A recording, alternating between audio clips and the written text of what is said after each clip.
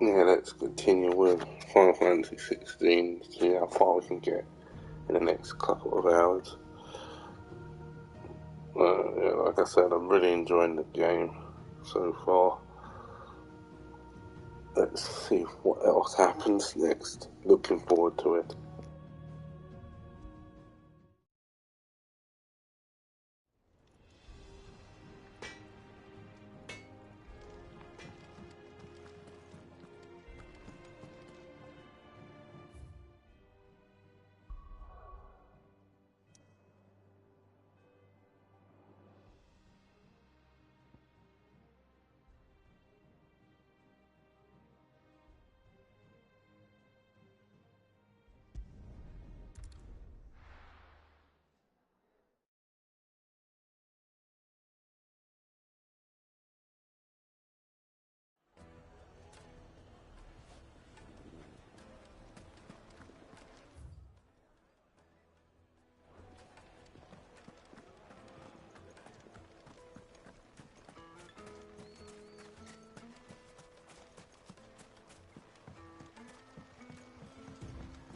Looks like I found the river.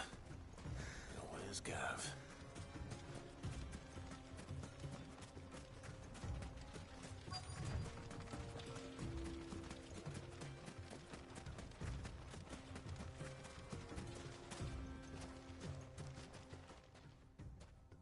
Sorry to keep you, Gav. Better late than never. I've had a quick scout about, and I reckon round here's our best bet if we want to grab as much of this Stardust stuff as we can. Don't know what Blackthorn's planning to do with it, though. I asked over in Dalamil, and they seem to think it was worthless. But if Stardust is what Blackthorn wants, Stardust is what he'll get. There's plenty of this stuff lying about, just begging to be bagged. Then let's get bagging, shall we? We shall. Race, ya.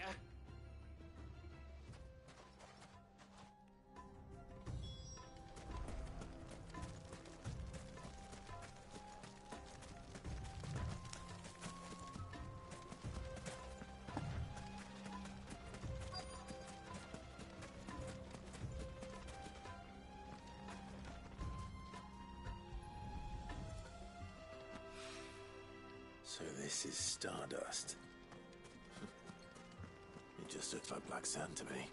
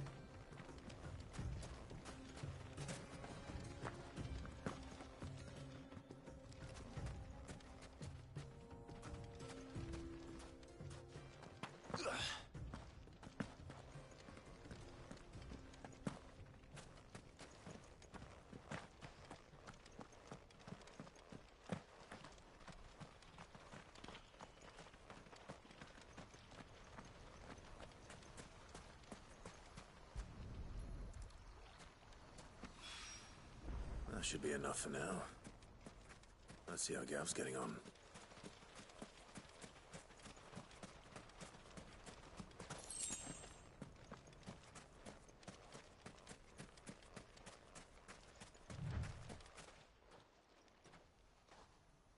You finished? How much did you get? Enough. I hope.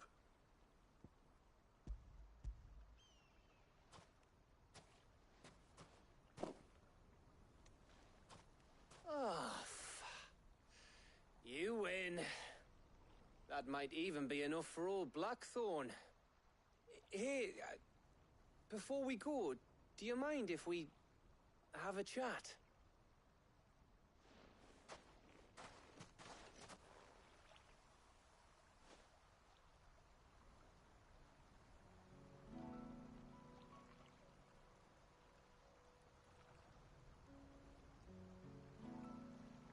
Feels like ages since we had the chance to talk. You know, man to man like. It does, doesn't it? Back when you first took Sid's name, we were talking all the time. Working out what to do in that. There was a lot to work out. And there still is. Those shoulders of yours starting to feel the strain. Hardly ever see you around the hideaway nowadays. Always on some errand or other. You can take a day off, you know. Says the man who spends most of his time behind enemy lines. Only 'cause you keep sending me there. I know I can count on you, Gav. Likewise.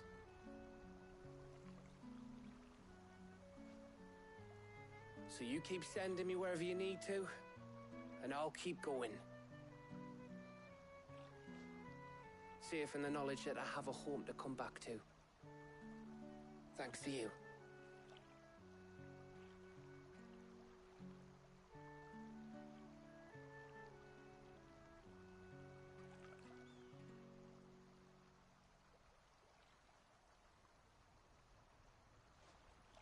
Right. That's enough soppy shite for one day. We'd better get this lot back to Blackthorn before he slings his hammer at someone. You go on ahead. And try to get some rest once you're there. Oh, I plan to. Believe you me. After Blackthorn gets what he needs, of course.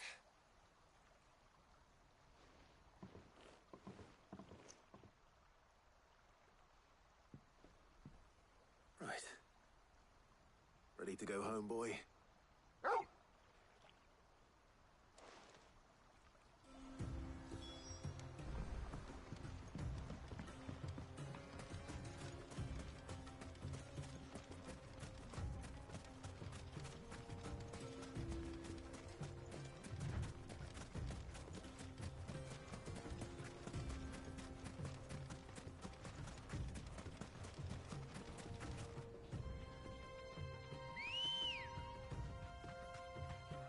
Ready, go?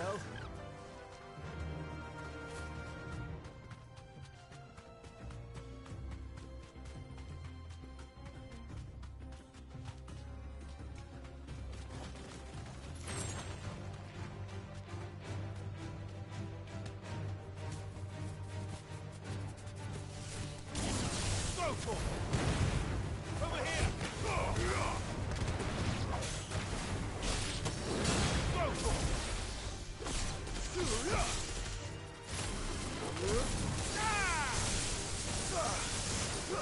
Go for it!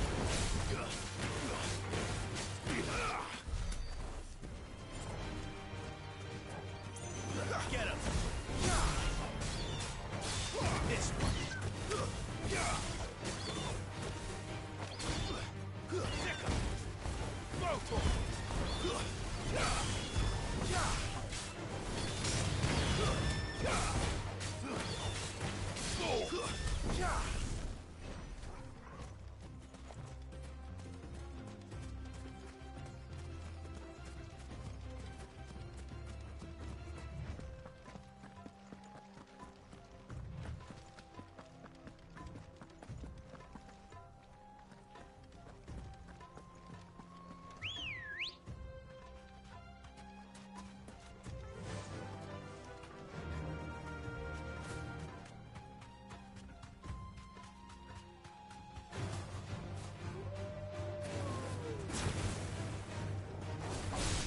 Over here! It's a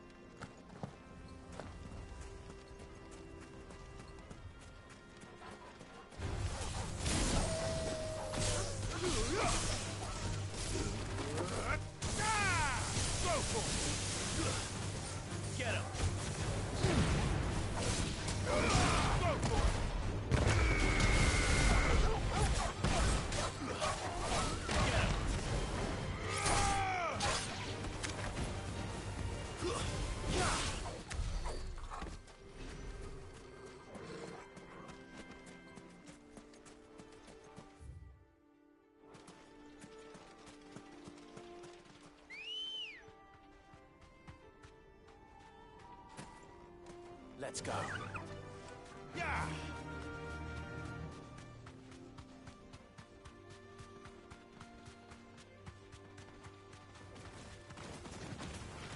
All right.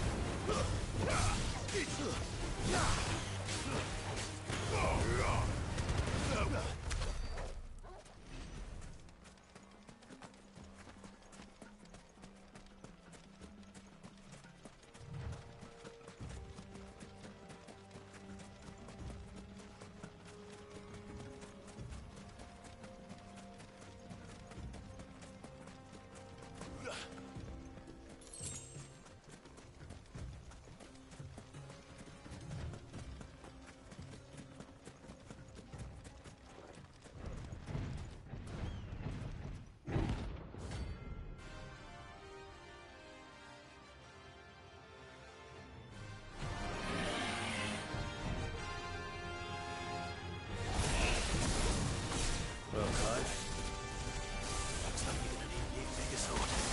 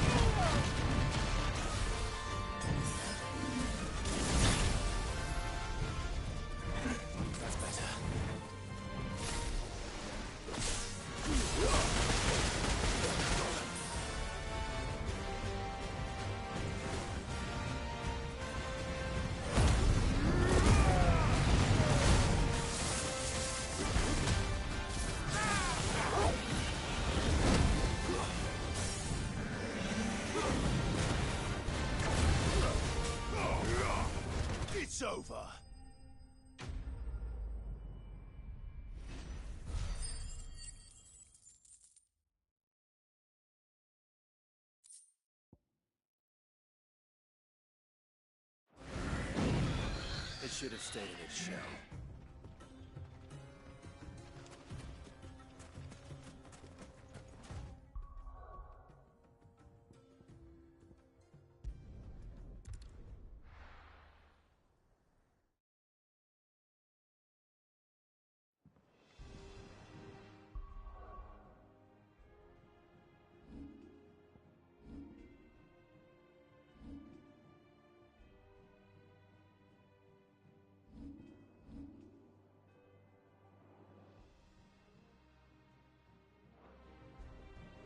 Let's hope this is all Blackthorn needs.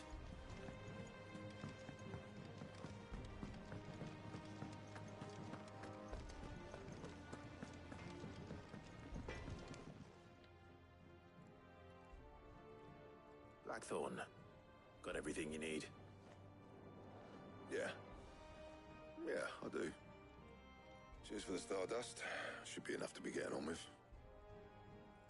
We should go out on maneuvers together more often. You're beat sneaking around on your tud all the time. I'll make a start on putting this thermal plating together then. It'll take some time, mind. So if you've got other things to be getting on with, I could do without you breathing down my neck. Thank you, Blackthorn. I'll let Mid know construction's underway.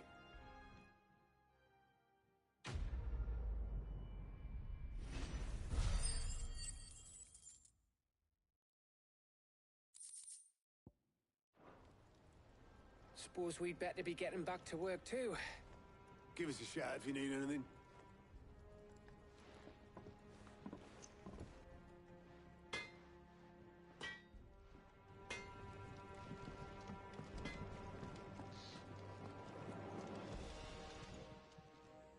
And what can I do for you? Coin purse weighing you down?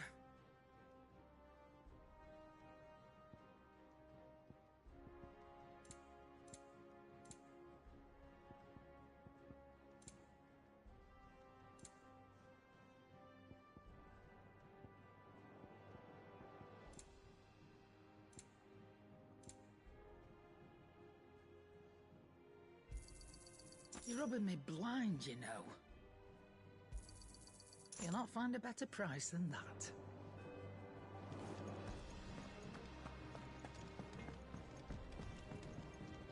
Clive?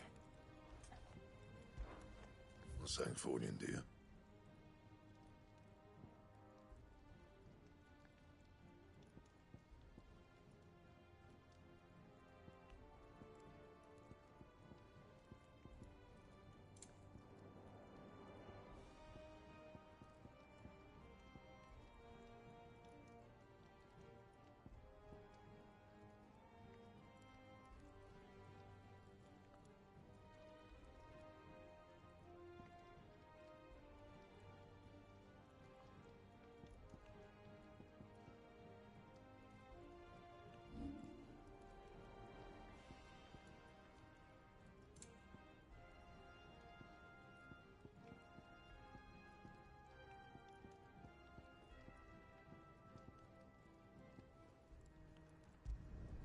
Yeah, that should do you.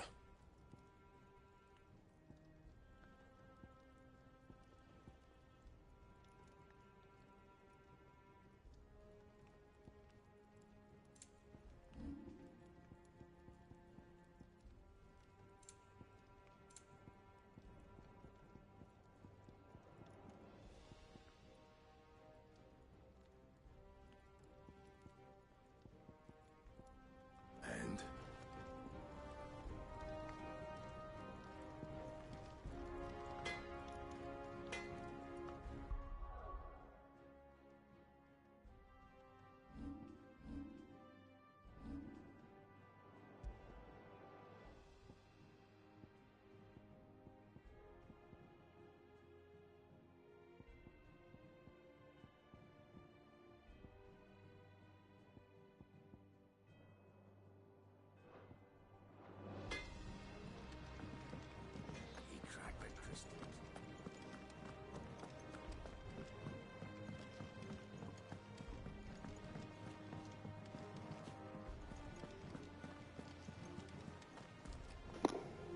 We've done another monster hunt. Yeah. some of those hunts done as well. Progress on the story.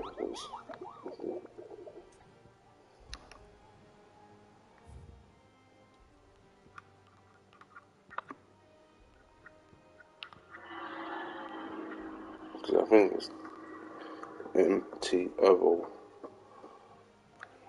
Because that one would be a good one to try and get. So then there'll be only these two S and an A left. So actually 3 more. I'm gonna do that one empty oval. If we go back, maybe eventually, if we go back in that. Yeah, it's empty oval location. So if we ever go back there, let's see if we ever. Welcome to the Patron's Whisper. Is everything we've received and everything promised? No, it's still need a bit more. Come again. I may have more for you. Let's go meet mid, continue the story.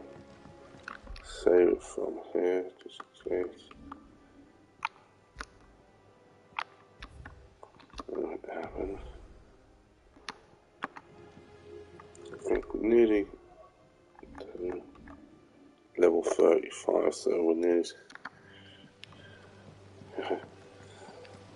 leveling up quite a bit.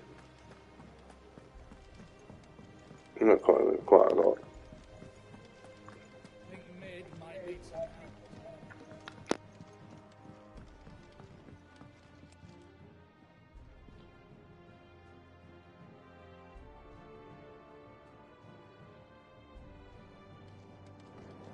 If I don't come up with something soon. You'll be pleased to hear that Blackthorn's started work on the plating. Excellent. 1 down, 2 to go. So, what's next? The helm, of course. For this, we'll be repurposing fallen scrap. Salvage from the ruins? I thought that material was all but impossible to work. Ah, but we don't have to. I'm sorry. Just so happens there's one particular ruin that's broken into exactly the right shape and size pieces for what we need. What's the name back there? I'll give you all the details. What's her name? Right.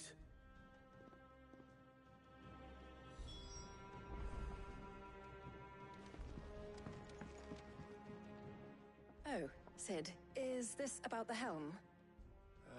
Yes. Mid said I should speak with you. I'll show you the plans then. Here you see the mithril engine, in which mithril is burned to generate heat. That heat is then harnessed to produce motive force.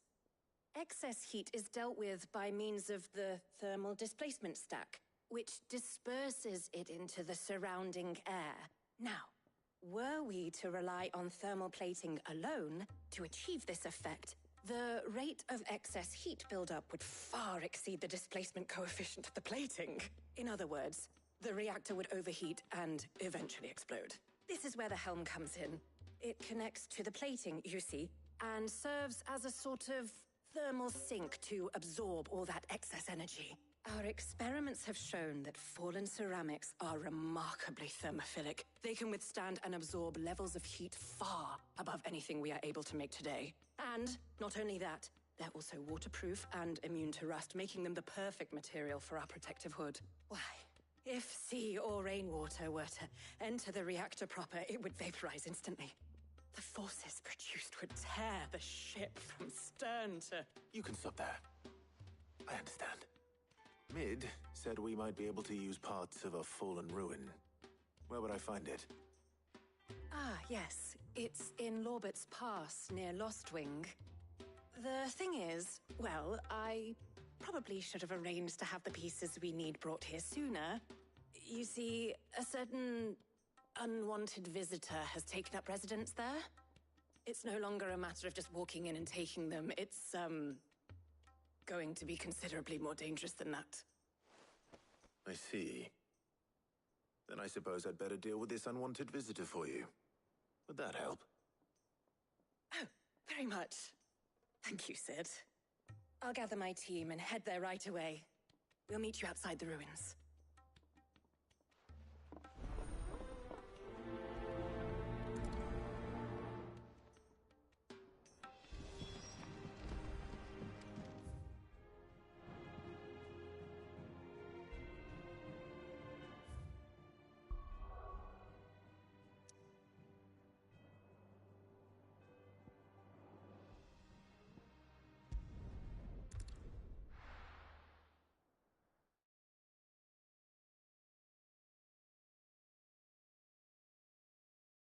I'll be taking you all to a storehouse in the Bales. Leave anything you don't need behind.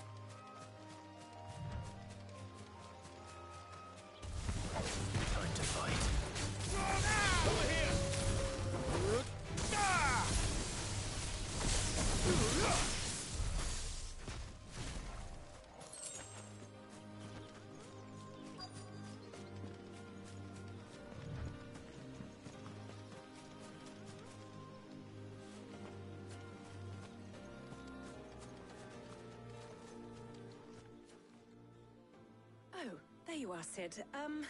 Thanks so much for coming. The, ruins are just over there, as is the creature I told you about, I'd imagine. Would you mind? Of course. I'll be right back.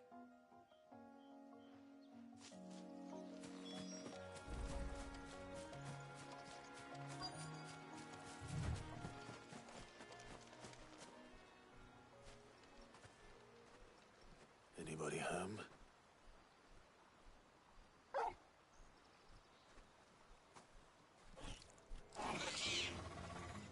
This must be our unwanted visitor.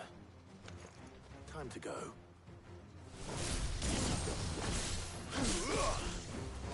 Get him! Go for it! Stick him! Get him!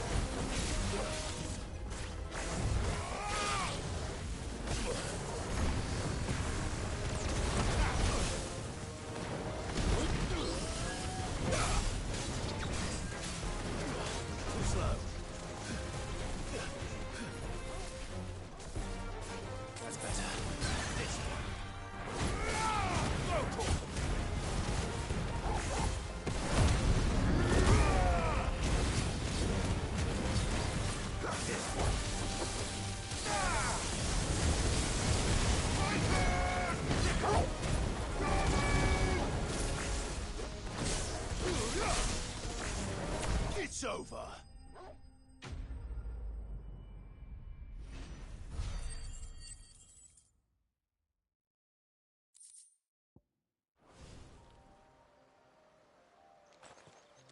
things I do for you, Mid.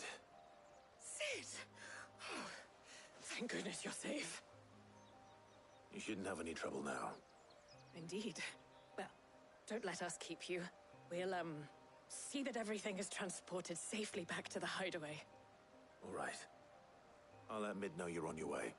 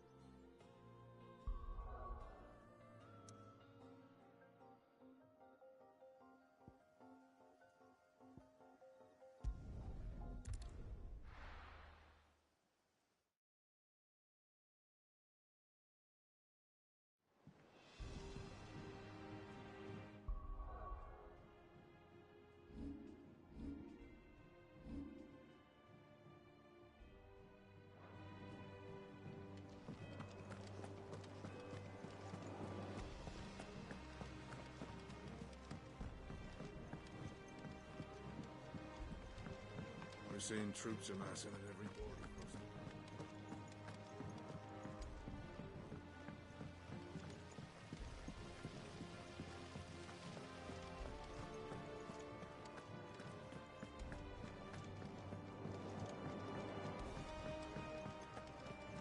I think Mid might need some help. If I don't come up with something soon. Mid. Helena has recovered the material for the helm. She'll be along shortly. Excellent. Another job well done. And just one remaining. Right. Right, the shielding. This one's a bit of a bugger. How so? The plating's enough to stop the engines going pop, but those things will still be spitting out enough fire to set the rest of the ship ablaze. Which is why you need proper shielding. A prison for the dragon's breath that's blazing away inside. I thought a triple thick layer of tempered steel might do it. Or more of the stuff that the Fallen use, but they'd both be too heavy. The helm and the plating are bulky enough as it is. Add any more weight and the whole ship would be at the bottom of the briny before we'd even started. I need something light. But I've racked my brains and I just can't think what would do it. Well, if I were in need of obscure knowledge, I know whose counsel I would seek. Hippocrates. Tomes? Yeah, well, I'd thought of that, obviously. I've got all the details written down here. Can you take this to him, see what he makes of it? Right away.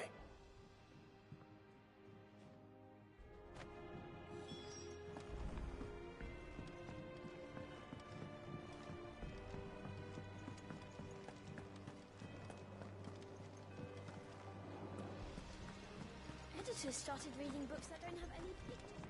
Mid hasn't been.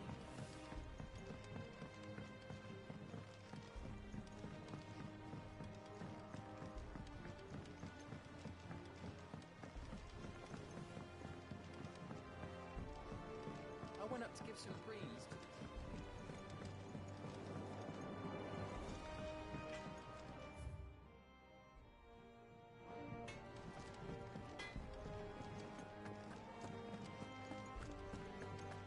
Thanks to Sid, the man who...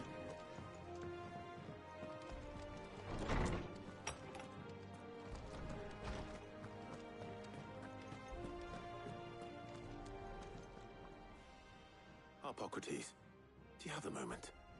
For you, Clive? Always. Well, actually, it's for Mid this time. Could you take a look at this?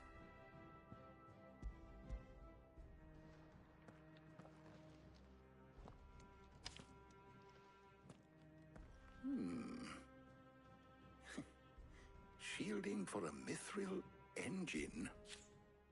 What Whatever will that girl think of next? And what are these notes around the edges? She has some specific requirements for the materials.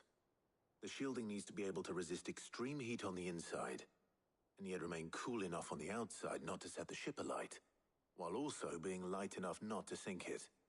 As you can imagine, she's struggling to find anything that meets her needs. I see. I wondered if you might know of a solution, or if you might be able to search the records for one. Perhaps it is not a different material she requires, but a different approach. What do you mean? Consider the lake we have made our home. Its blighted waters eat away far more quickly than fresh water or even brine, at timber and steel alike. And yet, we have made a home here from those very materials nonetheless. We have. But Bardolph must varnish every board twice over to keep it from rotting. And Obelus complains that without a constant supply of pitch. I see. Early Gregorian histories speak of a preparation known as moon dew. It is said to be able to resist even the most ferocious flames. Before the dragoons tamed the worms and wyverns of the realm, nobles would daub their castle walls with it in order to guard against dragonfire. So if we could recreate it... It might be applied to some material or other in order to provide the protection it requires. As to how best to apply it and to what material, perhaps Bardolph and Obelus might be of assistance. I shall speak to them and see what wisdom they might have to offer. If you would be so kind as to procure the necessary ingredients, I shall discuss the specifics of how it might be most effectively put to use with our two friends. The knowledge of the past may yet prove useful to we of the modern era. Thank you, Hippocrates. And since you're asking others to help you, perhaps I should too.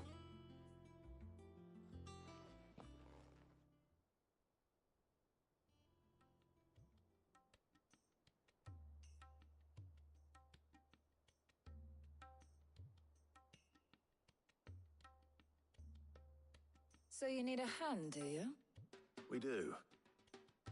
I'll be heading to market for the ingredients we need. I could do with some help. And some company, too. The other can assist me in researching how best to prepare the shielding itself. Can we count on your aid? Always. Well, if Jill's game. Thank you. I am sure either of these fine young minds would prove indispensable in my research. I leave the decision as to who will go with whom in your capable hands, Clive.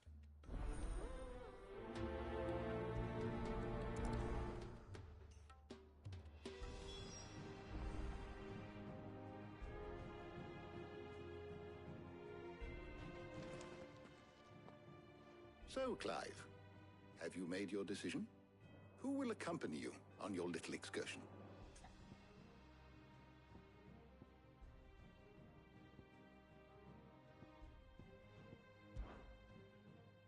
Very well. So then, what do we need to find? I have taken the liberty of preparing a list. Here. White chocobo eggs. Pepio nuts. Are you sure this list is right? Everything on here seems very edible. I would have thought the ingredients would be a little more exotic. Though these items may seem mundane, they have potent effects that are rarely exploited, effects for which they were once highly prized. So much so, in fact, that they were harvested almost to extinction, hence moon dews having fallen from favor. Now, of course, they can be obtained with ease. You should be able to find everything you need at the market in Northreach.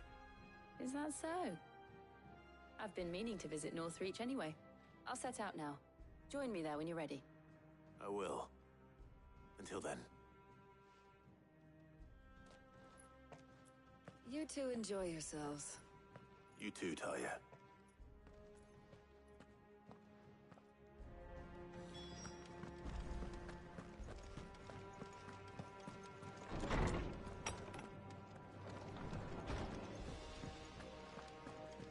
Thanks to Sid. Is it business or pleasure? Going purse weighing you down?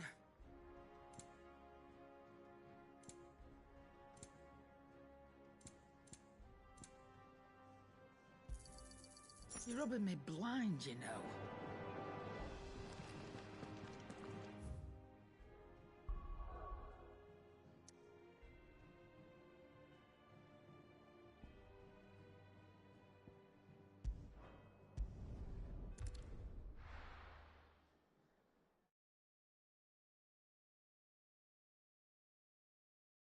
Now, where's Jill?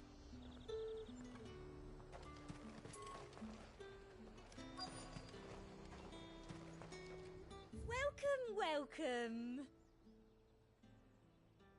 Come back again. Keep them pilchers nice and chilled. I won't have you. Are those Pepio nuts?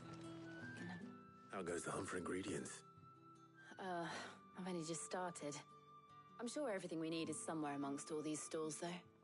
Why don't we split up and see? We'll take a couple of ingredients each. All right. What am I looking for?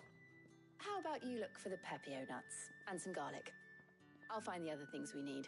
We can meet by the gate when we're finished.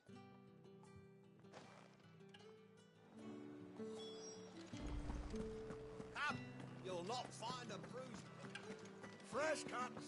Come and get them before they're gone. What can I interest you in today? Ah, yes. Keep fighting the good fight.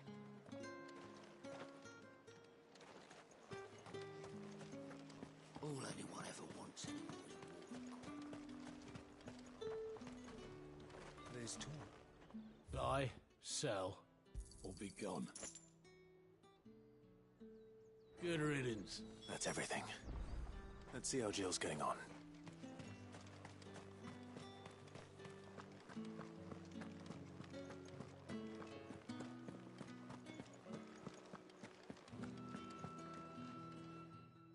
Did you find everything? I did. Here.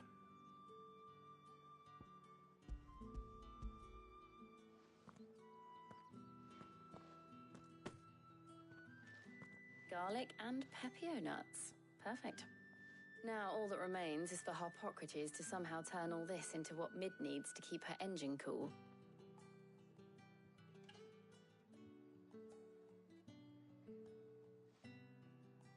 But before we head back, would you walk with me a while?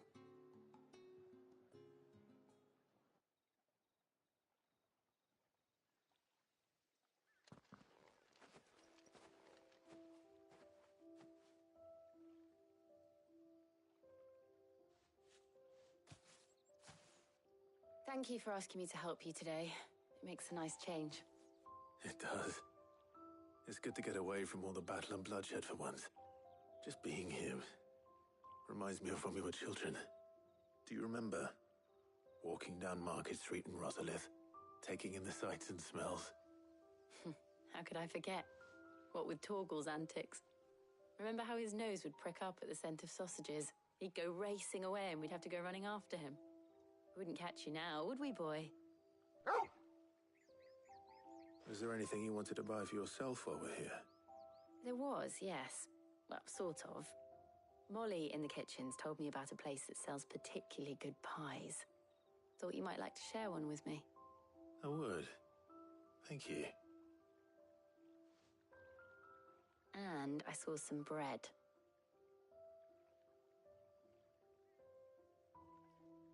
Big white cobs like the baker back in Rosalith used to make.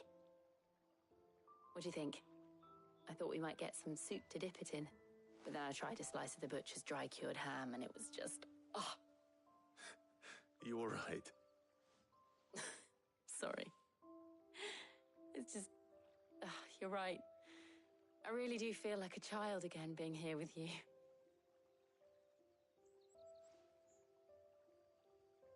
Clive. Is it wrong of me to enjoy this? No, Jill. This is how life should be. And it's how our lives will be when our work is finally done. When we can live on our own terms. I hope so. Thank you, Clive.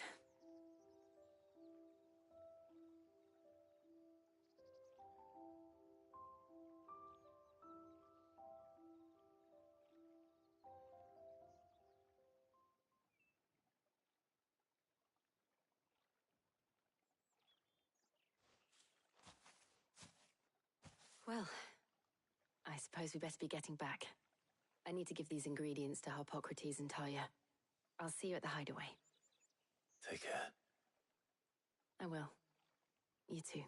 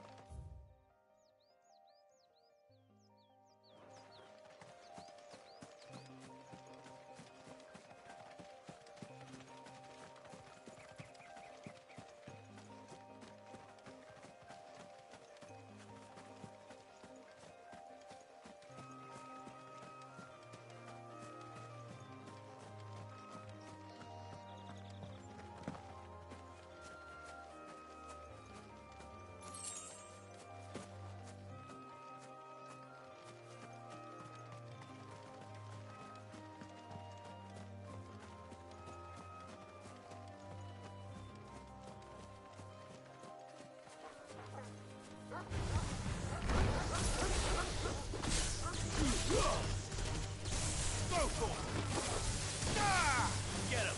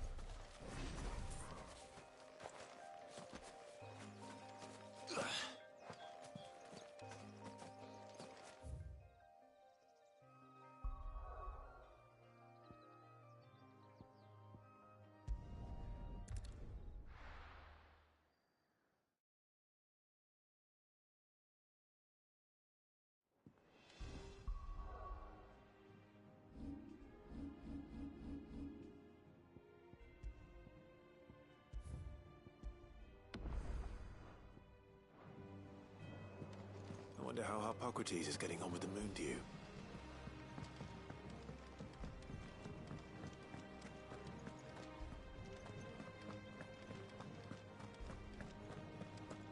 He cracked the crystal too.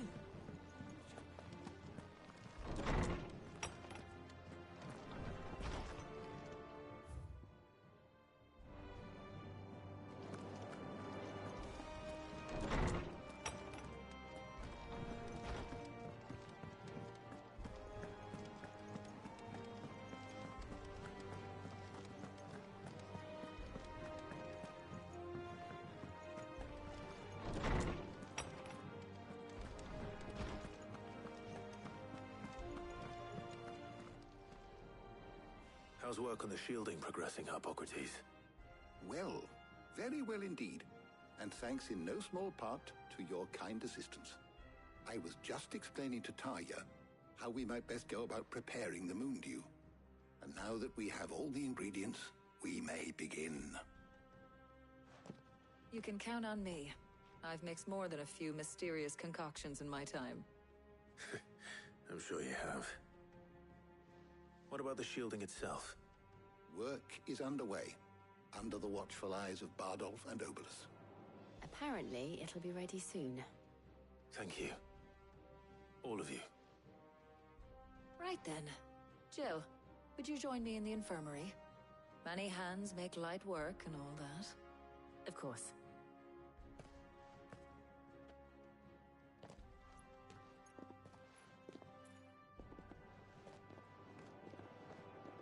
Oh, and Clive, thank you.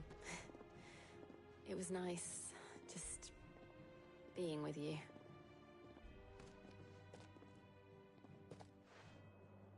It appears our work here is almost at an end.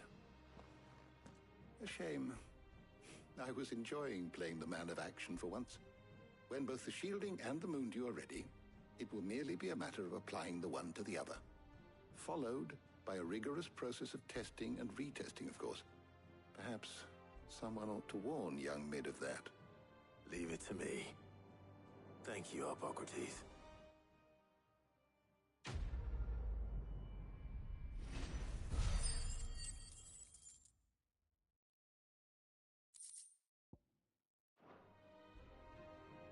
Well, I'd better go and give Mid the good news then. How good it is to see you, Clive. I have a few new notes that might interest you.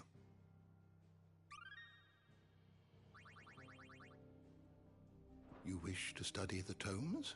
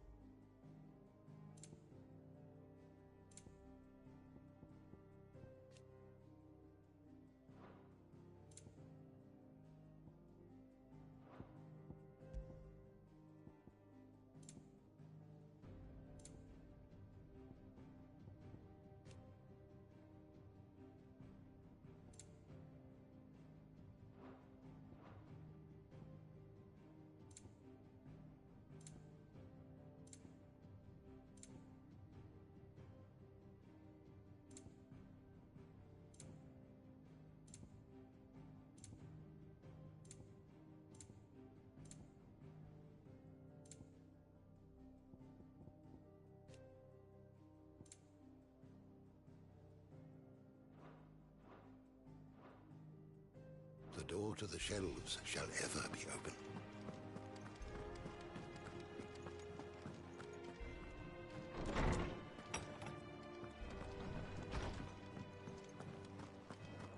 Thanks to Sid.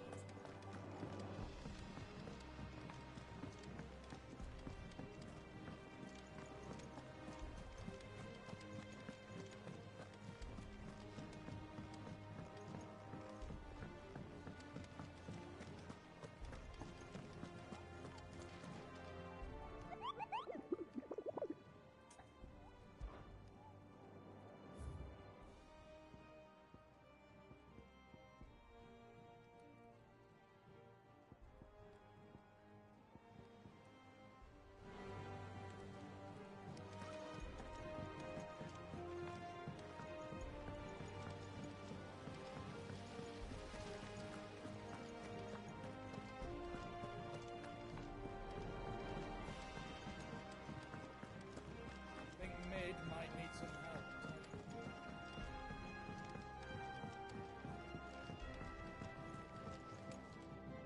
Sorry to keep you waiting, Mid.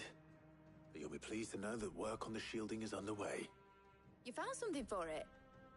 In a manner of speaking, Hippocrates knew of a substance that's highly resistant to heat. A coating that should provide the protection you need. He's supervising the construction and testing of the shielding as we speak. Brilliant! I knew you wouldn't let me down. Don't thank me. I'm just the errand boy. Right then, better start working out how to bolt all these bits together. to the Black Hammer.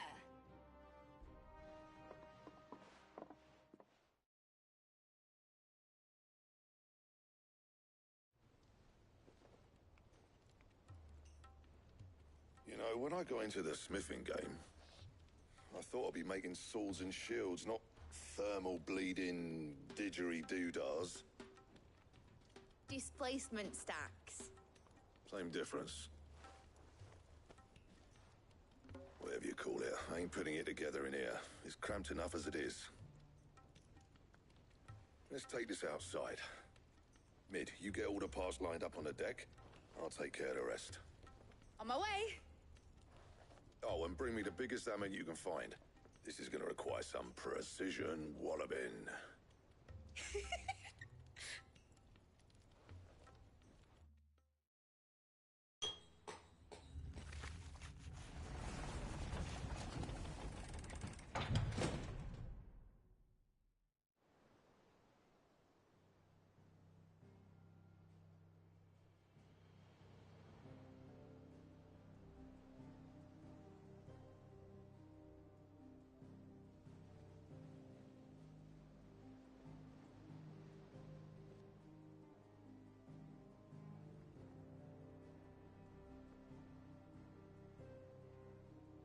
It's finished! It's finally finished!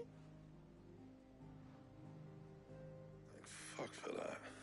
I'll be feeling my hammer arm for weeks. Thank you, Clive, Blackthorn, everyone. That's one down and just 3 more to go. I'm sorry. Oh, didn't I tell you?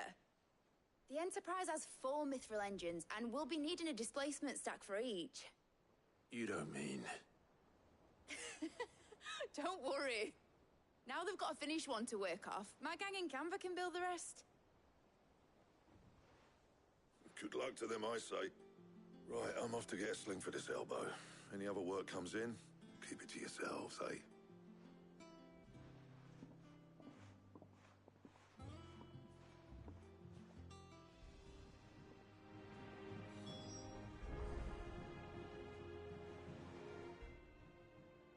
What's the matter? Nothing. Just daydreaming. Thinking about the Enterprise sailing off over the horizon to shores unknown. Searching for a land untouched by the Blight. Just like me and my dad planned. So if the worst came to the worst and every scrap of soil in the Twins turned black, we might still have a chance. That's what she was meant to be. You see, one last chance just in case we needed it. But now she's so close to being finished, I've realized I don't want it to be that. I don't want it to be just a lifeboat for us to cling to if things get desperate. I want people to sail aboard her by choice, not from the lack of it.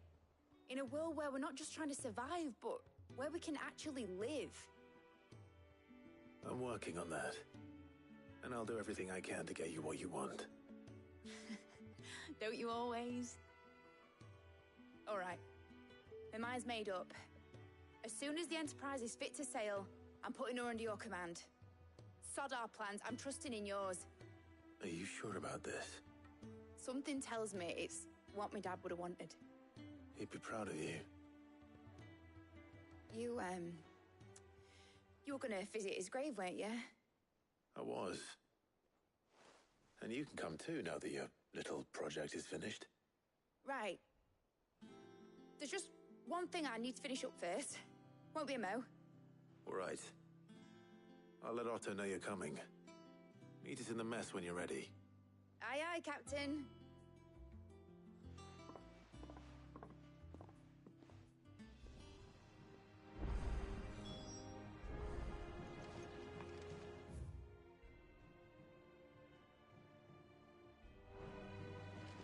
Is that the thing Tomes helped to build? Mid told me she was building a ship.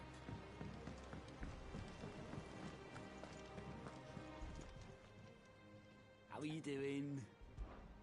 Quick look.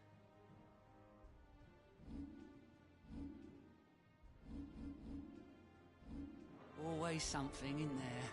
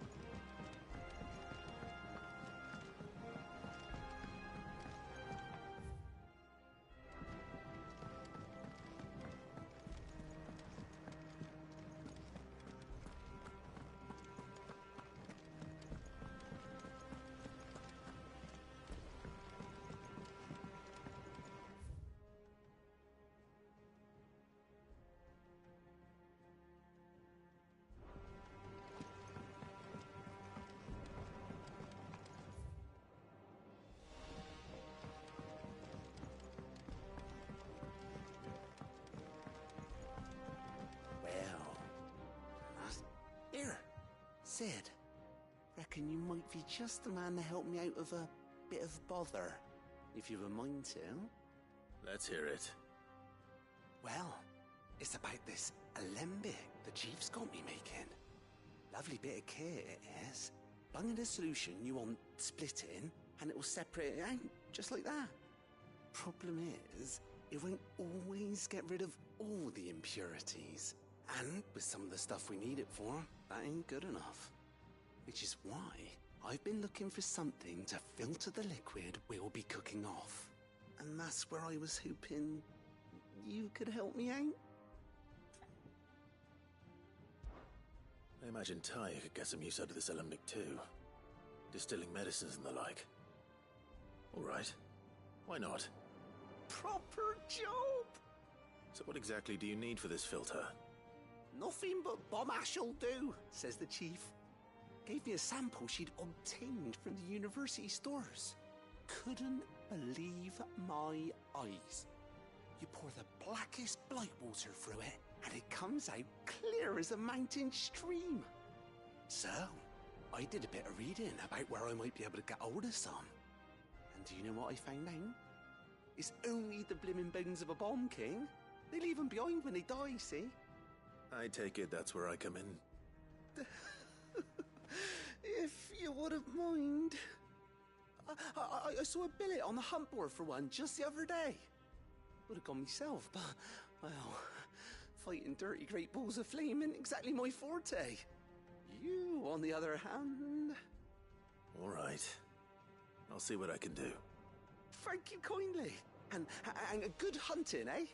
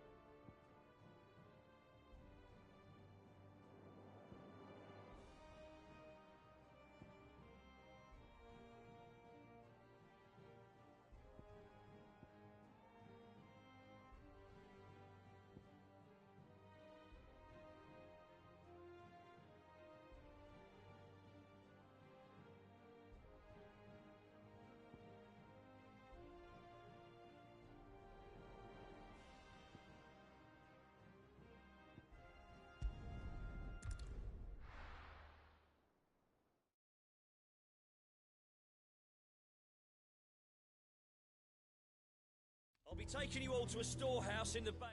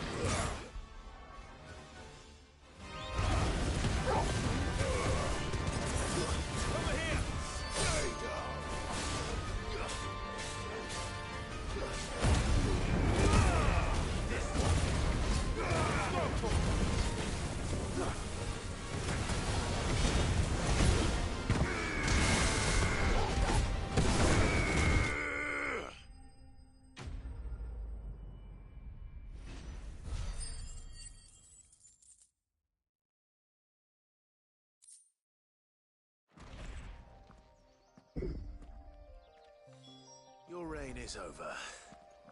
Now to collect the ash. This looks like the stuff. Let's see if there's any more.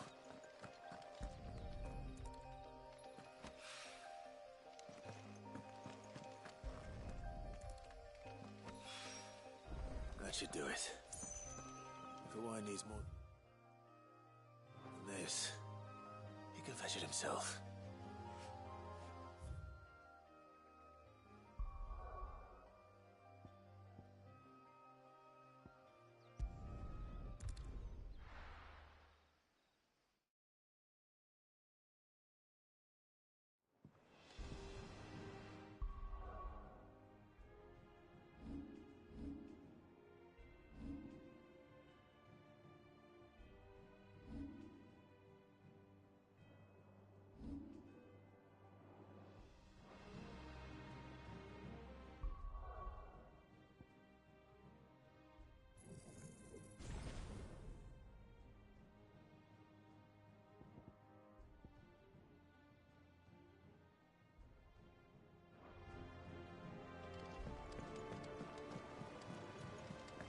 Is that the thing Tomes helped? Mid told me she was building a ship.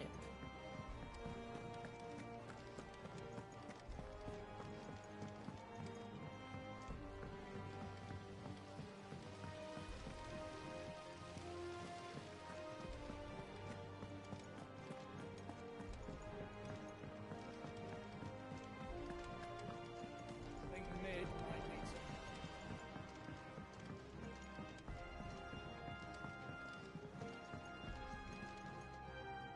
All right there, Sid?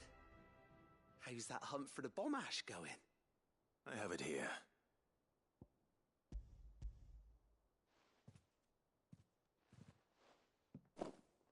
That's the stuff. And plenty of it, too. Enough to keep the Alembic bubbling away for a good old while. You're a gent, Sid. Let nothing say otherwise. Right then, let's get this contraption up and running.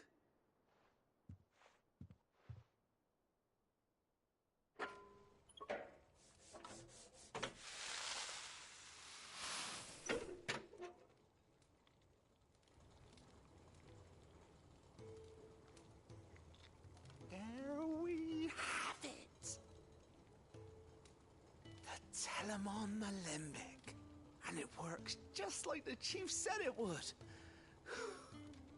Very impressive. Says the man who cut down a burning boulder. Speaking of which, I still haven't returned the favor. There's no need. The good it will do for the hideaway is reward enough. Don't be silly. Why don't you let me take a look at that bag of yours? The one you keep your potions in. Reckon I could work some magic on that. What kind of magic?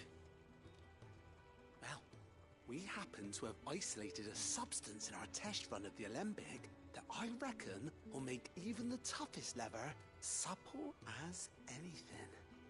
Thought we might use it to breathe new life into old boots and the like. Save the hideaway a few gil. But I reckon if we slap a bit on your bag, it'll loosen it up enough for you to squeeze in a bottle or two more. Well, it can't hurt to try, I suppose.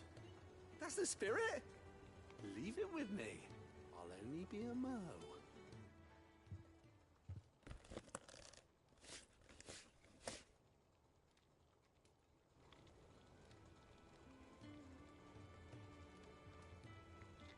Well, what do you reckon? It certainly feels more flexible. Right? Told you. Thank you. I think. No. Thank you for supporting Mid and the rest of us in our endeavors. Without you, we'd never have been able to discover wonders like that stuff I rubbed on your bag. And I'm telling you, there's plenty more where that came from.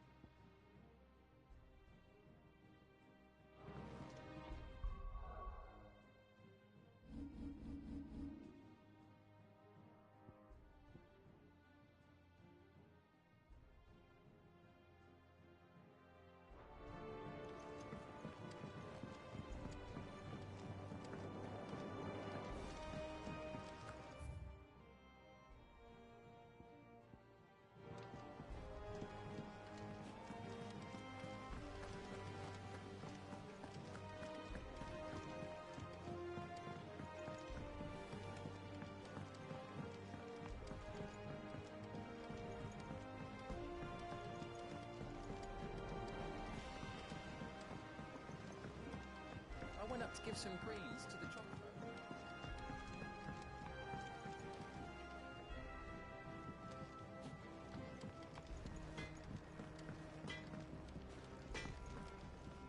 What do you need? Not saying forwarding, do you?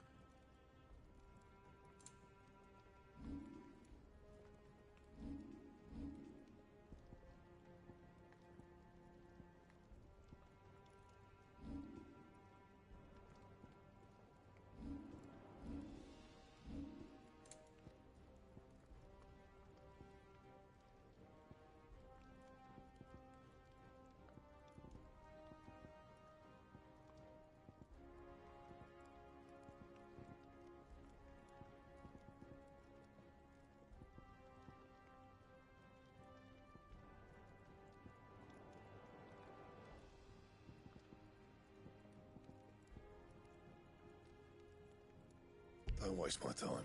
You ain't got the stuff.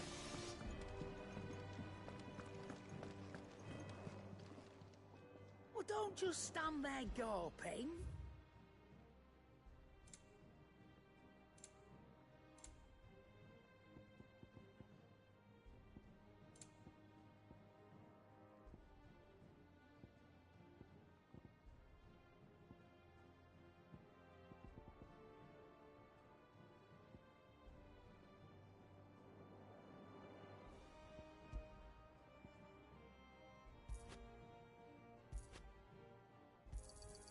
You'll not find a better price than that. It'd better all be here. You're rubbing me blind, you know. Is that all?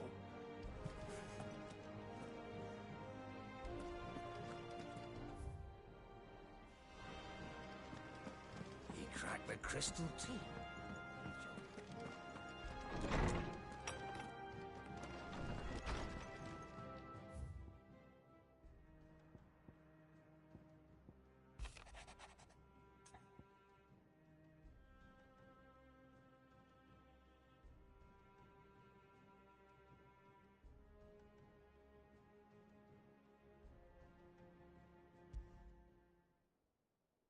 Trouble with the ledgers. Shouldn't he be asking Otto for help?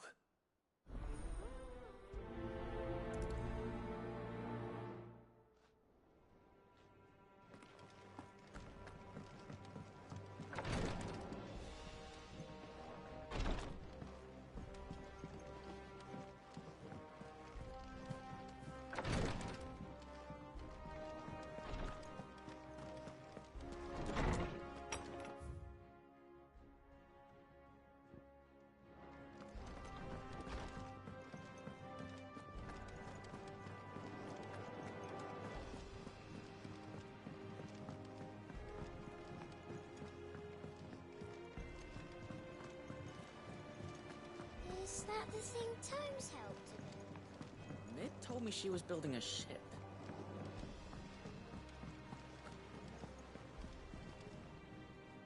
Clive, did you get my letter? That's why I'm here. Shh. Otto won't be listening. Is this better? A little. Listen, I've some bad news. It turns out the hideaway may be slightly behind in its payment to certain lenders, and it may be my fault.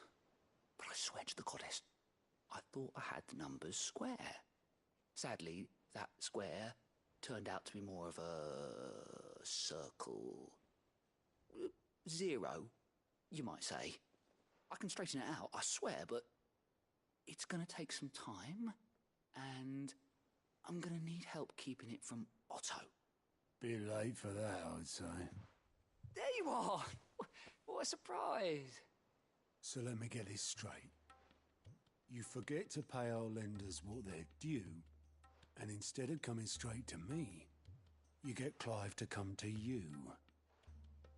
And I hope he'll dig you out of the hole you've dug for yourself. Clive, the man in charge of the place you've been cheerfully trying to bankrupt.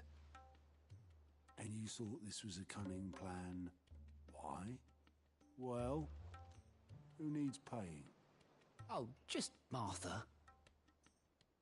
and the dame, and, well, Lady Karen, but only 500 talents. We owe 3 of our most trusted friends 5 million gil. Each. 5 million each. They lent us the bulk of the money we used to rebuild the hideaway, you see, and, well, I must have made some sort of oversight. Those ledgers were my responsibility, and it was my decision to entrust them to you. This is my fault. Do we have that much to hand? I can always ask my uncle. No, we don't. And no, you won't. We've lightened Lord Rosfield's purse enough. After the king's ransom we had off him, he deserves better than to see our begging bowl. Besides, we'll need to learn to stand on our own if we're gonna make this work. All right. But that doesn't mean you have to shoulder the burden yourself. Is there anything I can do to help? There might be. How'd you fancy taking these to Martha and the dame? Rocks. Rocks, he says. Worth 1,000 talents apiece, these are. A little something Sid and I set aside for when times got lean. And I reckon 15 million in overdue debt probably qualifies. I just hope our associates' eyes are a bit more discerning than yours. I'm sure they will be. Should be me making the rounds, really. But you know how it is with this place. Orders to bark, arses to wipe, and all that. I know. Which is why I don't mind going in your place. Go. Do you know why I only gave Master Clive here 2 star rubies? Because you'd rather Lady Karen killed me. Because I'd rather Lady Karen killed you. Yes. Well, I suppose this is goodbye then. Don't worry. I'm sure Karen will understand. Really? Do you think so? No, I don't.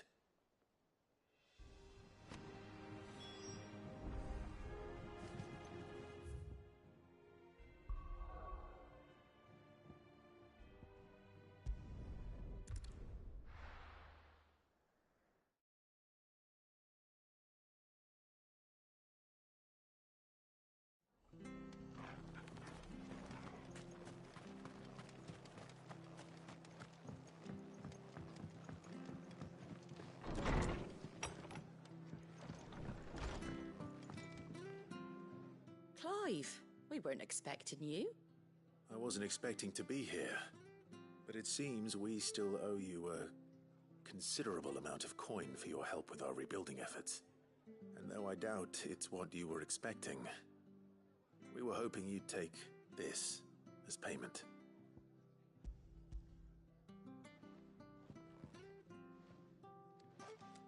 A star ruby? I can't accept this.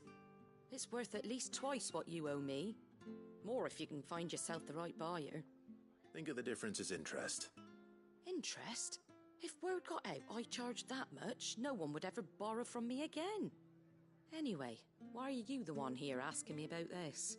I'd have expected Otto. Bit much sending the Lord Marquis out to settle your debts, isn't it? The old goat working himself to death again? Something like that. Most days I think he's the only reason the hideaway's still standing. Same as always, eh? Back when the place was nothing but a twinkle in the eye of a recently retired Lord Commander, word is he was the first one Sid reached out to. Probably knew that without his strong arm and level head, the idea would never get off the ground. Sid may have been the face of the hideaway, but Otto's always been the backbone. And when Sid passed away, we were all worried that would be the end of it. That Otto would just give up. His death was hard on everyone. But it must have hit Otto hardest of all. But he didn't give up, did he? Quite the opposite, in fact. If I recall, he was the one who nominated you as Sid's replacement, and rallied the rest around you. I reckon what he saw in Sid, he saw in you too. And don't we all? Doesn't hurt that you're half as stubborn and twice as handsome, neither. that, and you keep good company. I suppose I do.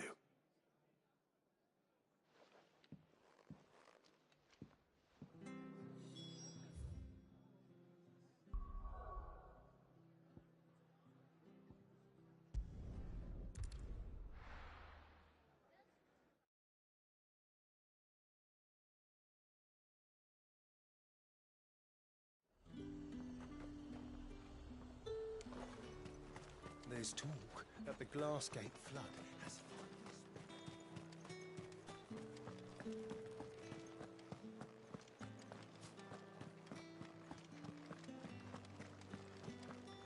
Did you hear? The gate's to heaven. I want to see you again. What am I going to do without Sweetwater and Olive Talc?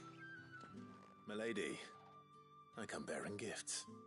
Gifts? Whatever is the occasion.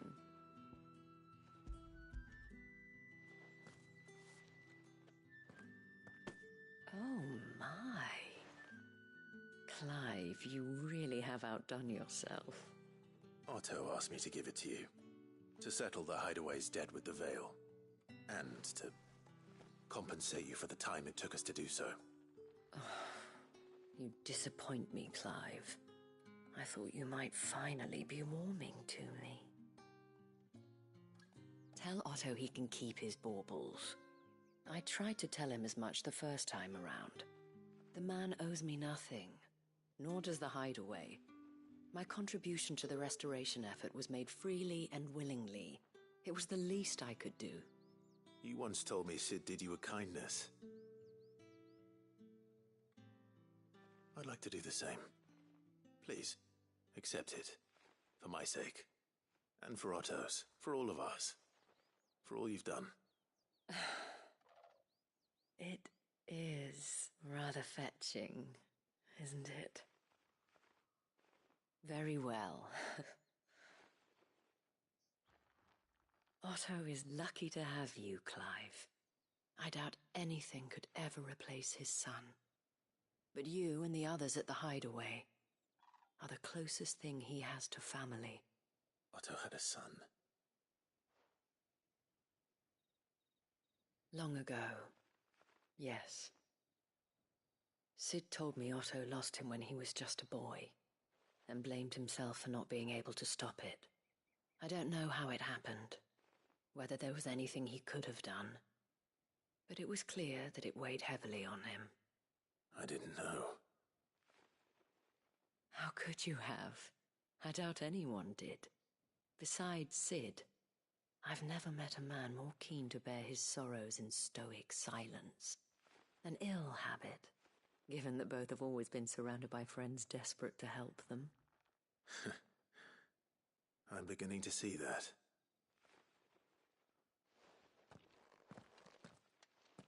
Gob will want to know the stones were delivered. If he's still with us.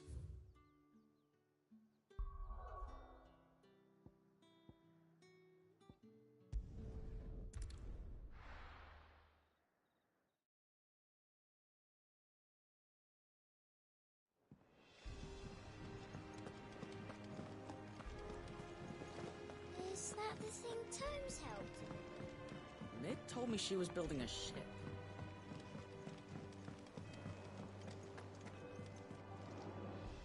Goat. Still alive, I see. So Lady Karen accepted the ruby. Ah, about that. I tried my best, but she was just too stubborn to take it. She threw it right back in my face, in fact, and told me I could stick my stupid stone where the sun don't shine. Karen refused payment. I hope it wasn't something I said. I'm sure you were as tactful as ever. Let me see what I can do. Oh, wonderful. I hope you have better luck than I did.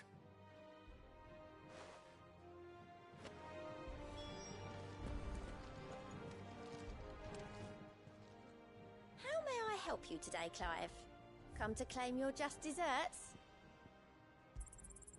Here you are.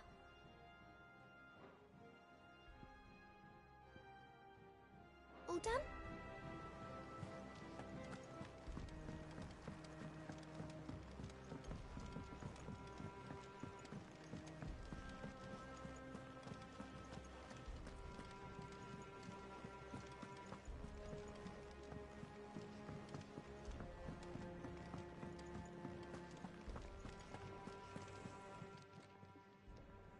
Lady Karen, Goat tells me you weren't happy with our offer. Would you prefer the debt was repaid in coin? What debt? I don't recall lending any of you lot me hard-earned gil. I may have tossed a talent or two in the Hideaway's coffers, but those were donations, and you can hardly call it charity if you go asking for it back. Of course not. But one good turn deserves another, and our circumstances have changed. Surely you wouldn't shun the gratitude of a pauper who happened to have become a prince. Oh, so you're a prince now, are you? Fine. But I'm selling it and taking what I'm owed, then you're getting the rest whether you like it or not.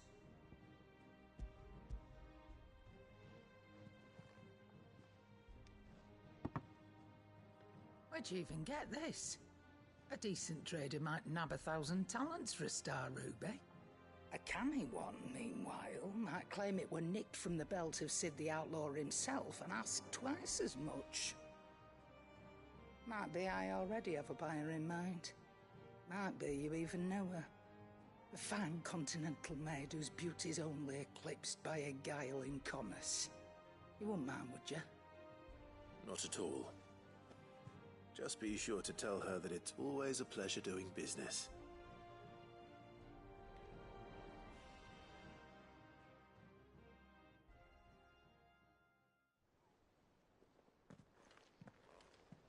I hear you ended up delivering all 3 stones. Thanks to this lump. I sometimes wonder what I pay you for. Speaking of which, I still haven't been paid last month's wages. Oh, so you remember what's owed to you then? Get your ass behind that disc of yours and don't get up before those ledgers are square. Right away.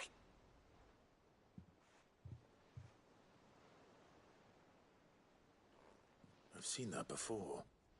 You have, yeah. Plenty of times. It was the only goblet Sid ever used.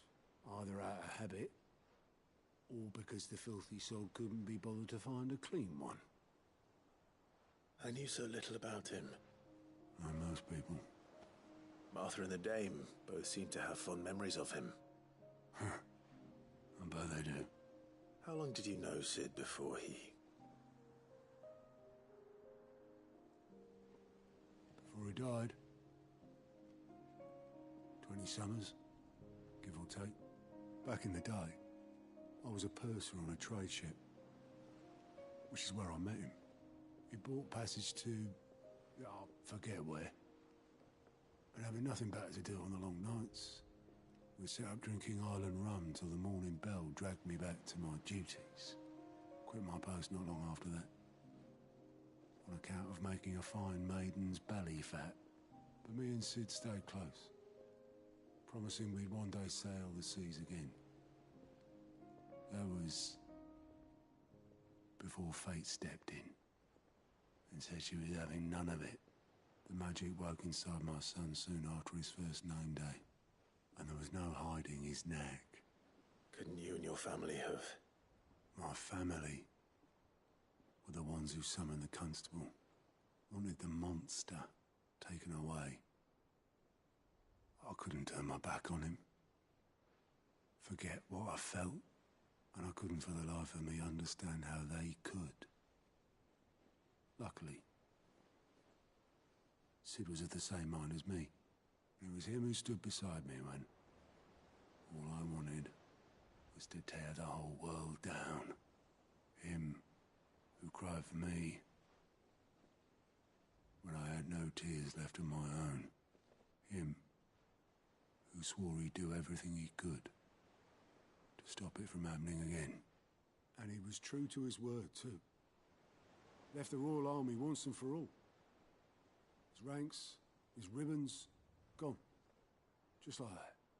Threw away everything he had. All to right a wrong that no one else had the courage to face. I knew then I'd follow that man to the ends of the earth.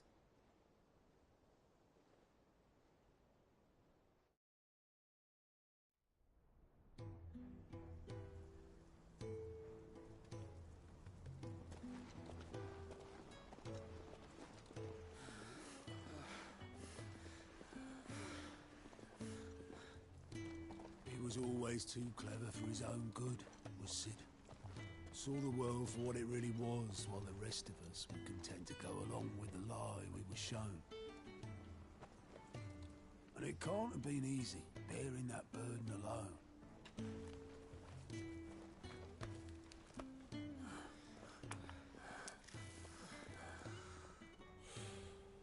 But he didn't let it stop him. He never lost faith in what he believed was right. And that gave us faith in him. Faith he'd steer us true. So I swore to myself that I'd always be right behind him, ready to catch the stubborn sod, if ever he should fall.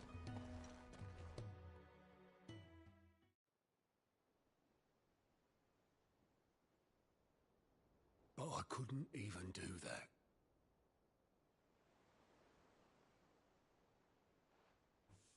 Ignore me, just the ramblings of a tired old man. Leave that lot.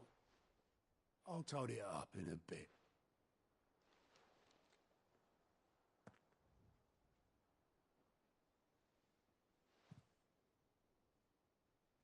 This is Sid's handwriting.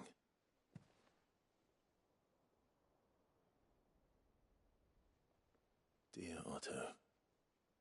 I may be drunk, but I wanted you to know this place would be fucked without you. Love you, you grumpy old sod.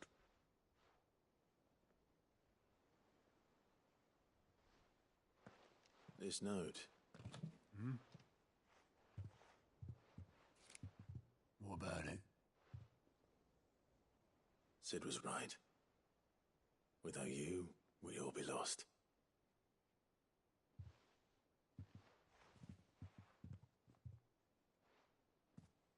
He should have bloody well said so then.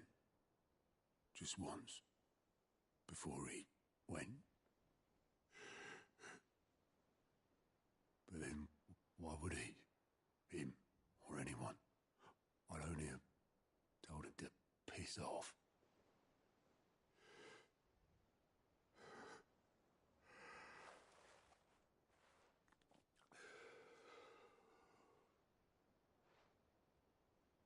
You're wrong, though.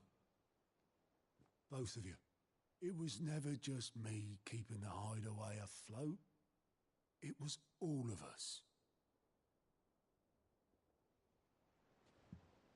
I just shoved people in the right direction. I barely seem to be able to do that anymore.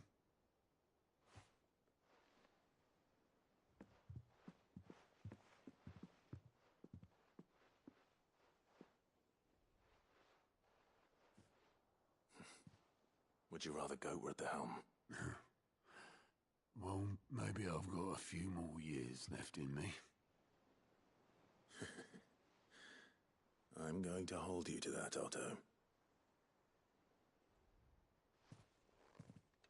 Before you go,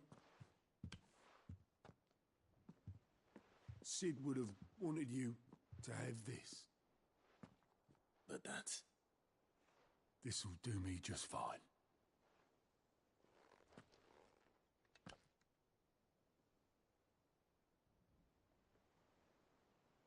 Thanks for the ray of sunshine.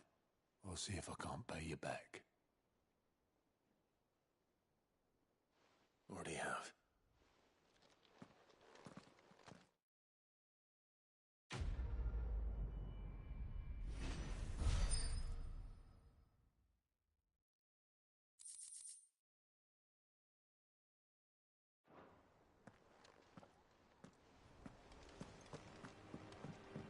Mid told me she was building a ship.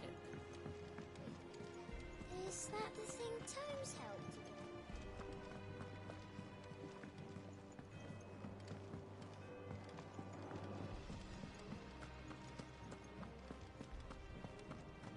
He cracked the crystal too.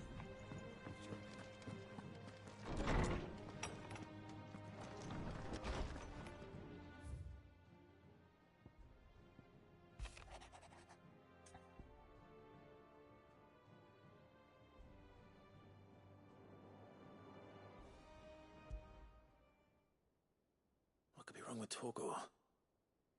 He seemed well enough when I last saw him.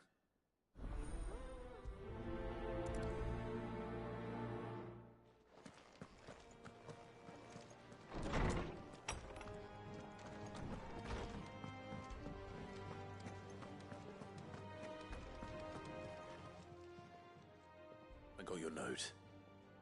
You think something's wrong with Torgor? So you can read. Congratulations. But I didn't say I were wrong with him. I said something weren't right. He's not been eating me treats. He used to love cracking the bones from Molly's boiled brown, but now he won't so much as look at them. Didn't like him. Which is why I'm of a mind that his mind's on something else. You've not been working him too hard, have you? No harder than usual. Is that it, boy? Do you need a rest? What was it he said he was?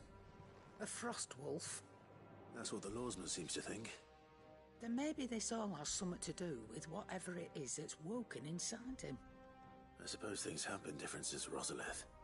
Perhaps Hippocrates knows something. Instead of everything, you mean? Perhaps.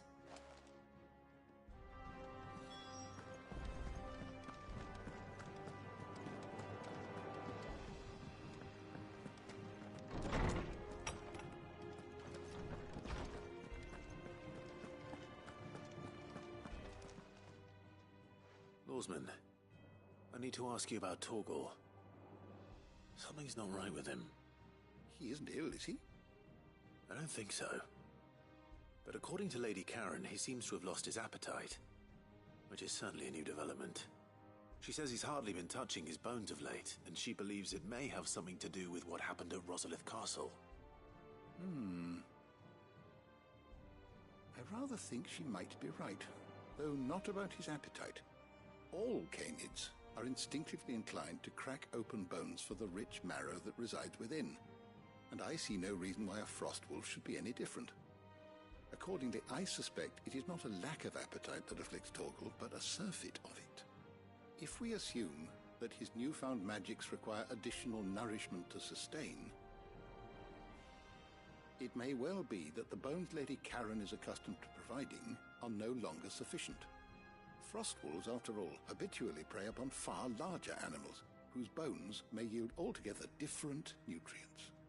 As to where one might find a suitable substitute, some antelopes that graze the meadows of eastern Rosaria have been known to grow to a size more than double that of their lesser cousins. I don't recall ever seeing any that large.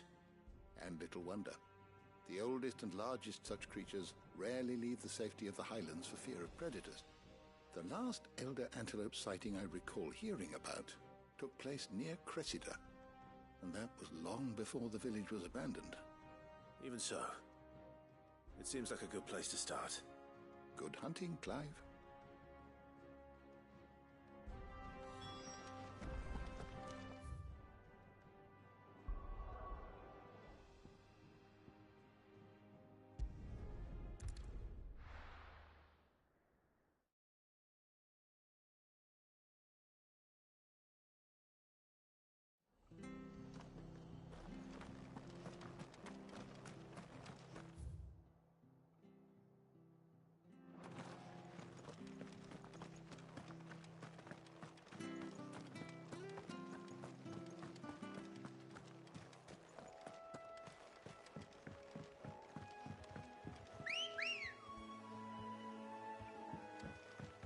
Come on.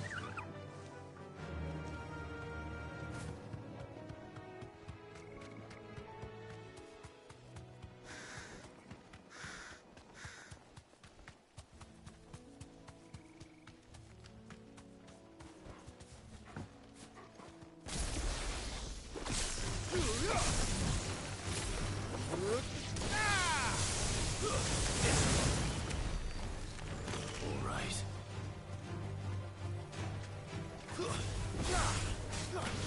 Go for it!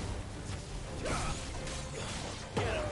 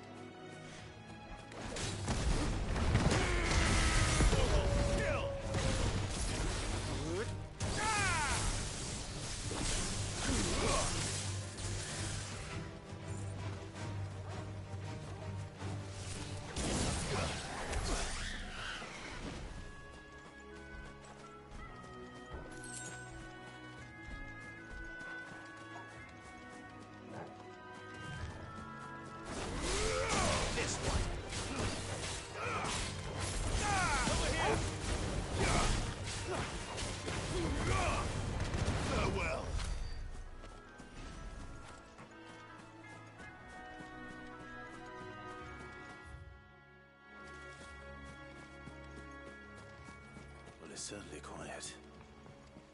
If I were a giant antelope, it would seem like just the place.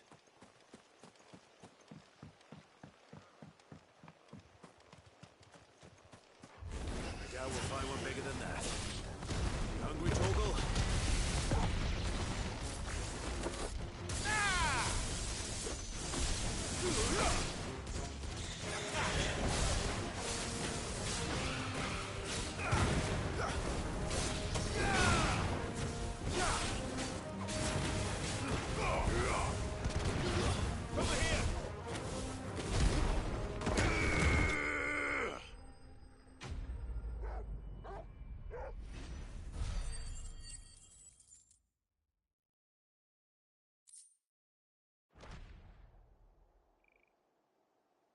Now,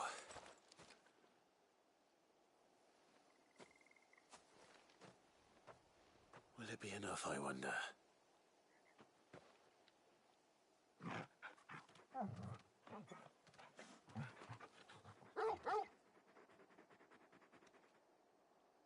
I say that answers my question, which means we owe the lawsmen our thanks. You're just a big puppy, aren't you? A very big puppy.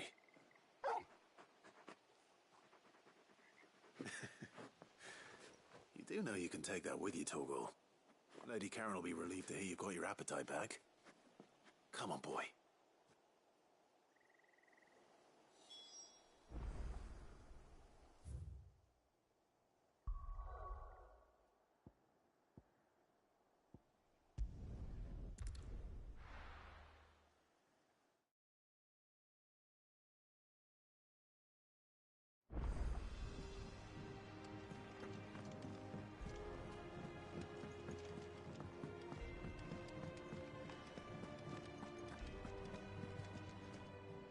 I noticed you and Torgal had gone off somewhere.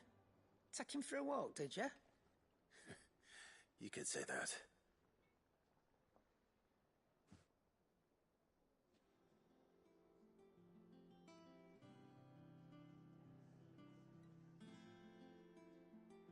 So, Molly's leftovers weren't good enough, eh? That'll teach me for treating you like you're still a pup. All right, no need to shout. Now we know what you're after, I can see about getting some in. Speaking of which, I brought one for later. Can I leave it with you?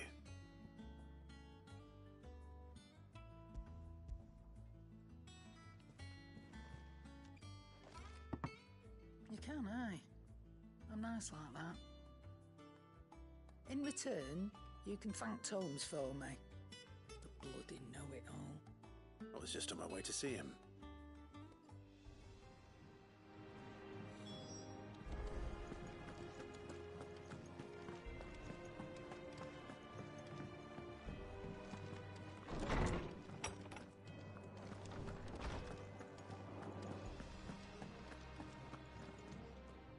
Ah, Clive.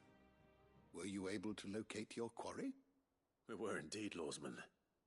You pointed us in exactly the right direction. And Torgal's been a very happy hound ever since. Very good, very good. Lady Karen sends her thanks, by the way, for your part in solving the mystery. Ah. But that reminds me. After your last visit, I found myself pondering Torgal's talents. Do you recall our conversation concerning Lady Jill's role in Torgal's transformation?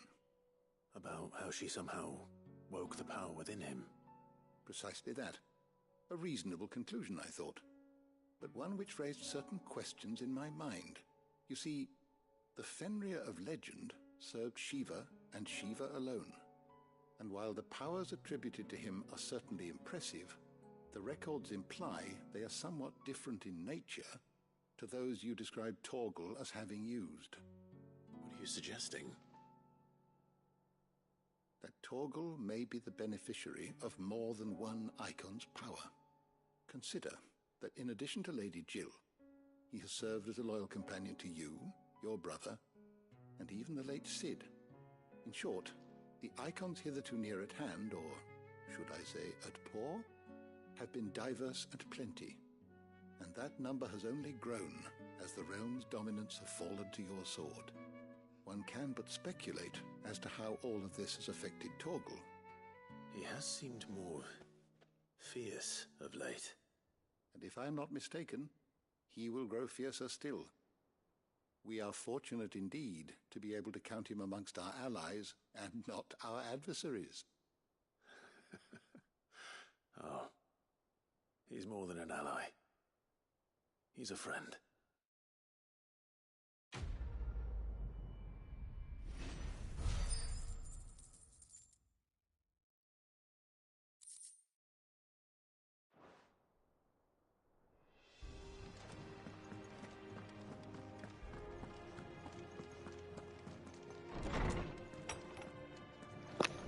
Yeah, one more quest. Yeah, one more quest, and then we'll continue with more progression of the story.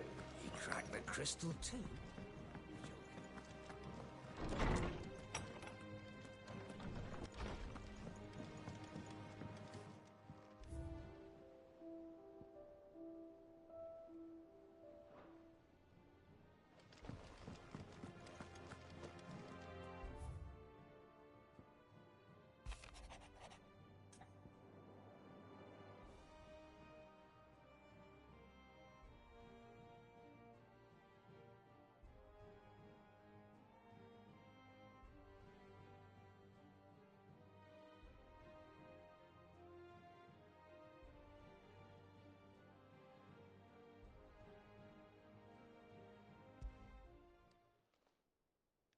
Hopefully it's nothing.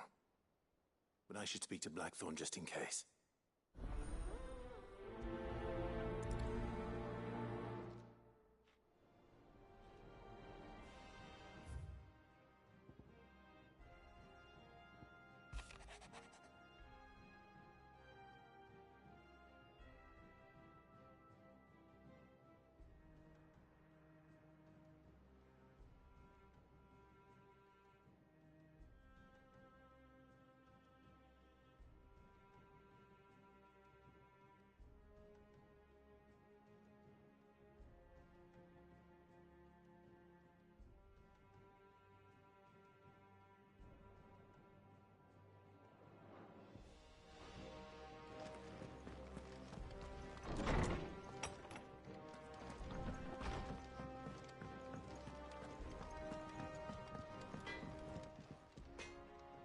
Blackthorn, do you have a moment?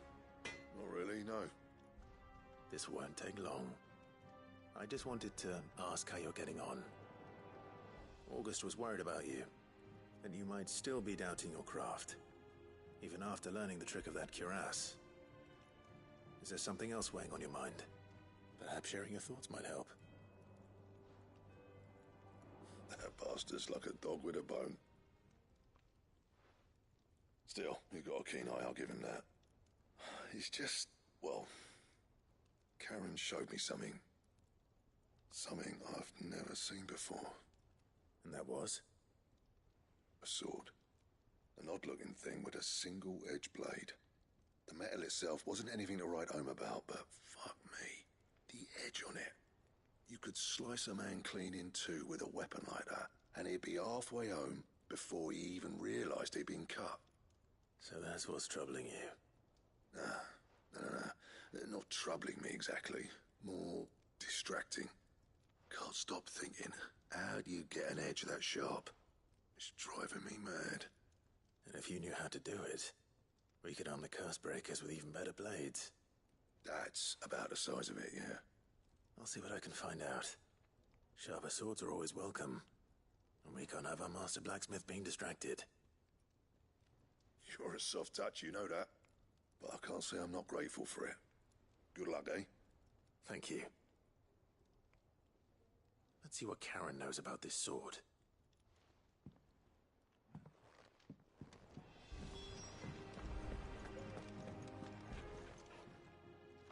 You're looking well, Karen. What you want? Out with it. I want to know about the sword you showed Blackthorn. Single-edged and extremely sharp. Running around after him again, are you? I suppose I am, yes. But I need to help him find out how to work an edge like that. It's driving him to distraction. Little wonder, I suppose. There's not many like that make it as far as the twins, and those that do go straight into private collections. Which made it nice and easy finding a buyer. Can you tell me who bought it? Where is it now? You think I tell people who my clients are? Suppose you're not likely to go nicking him off me, are you now? Fine. If you stop mooning at me like that. Lord Ignac's the man you want. Dalmekian bloke. Collects weapons and the like. And he's got more money than sense, which is why he's one of my favourite clients. Reckon he'll still be at the inn in Dalamil, where I left him. Thank you, Karen. Oh, and he's a touch eccentric, if you take my meaning. I appreciate the warning.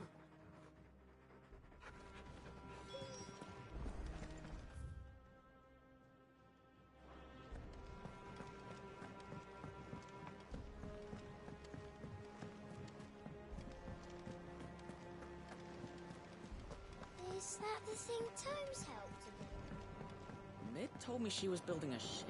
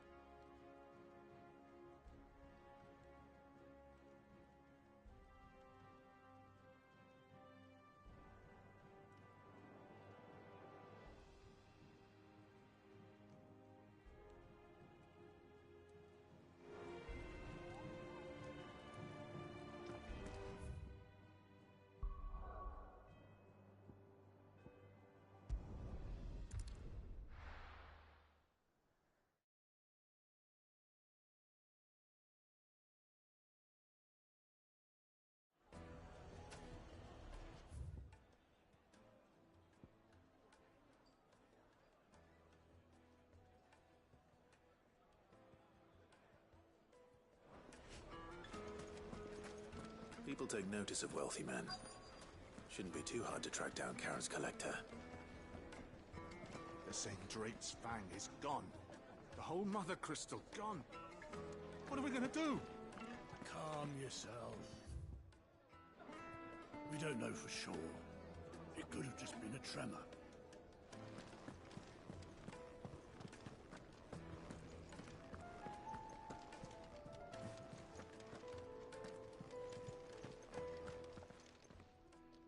My reputation will be ruined!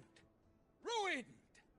Calm yourself, Lord Ignac, I beg of you, before you do yourself a mischief. Pardon the intrusion, but... Out! Get out! I paid for these rooms so I wouldn't be disturbed. Leave me be! Please, allow me to apologize. His lordship is going through a difficult time, and he's never been fond of guests arriving unannounced. Radim! Get rid of the filthy oaf this instant! Very good, Lord Ignac. Would you mind stepping outside for a moment?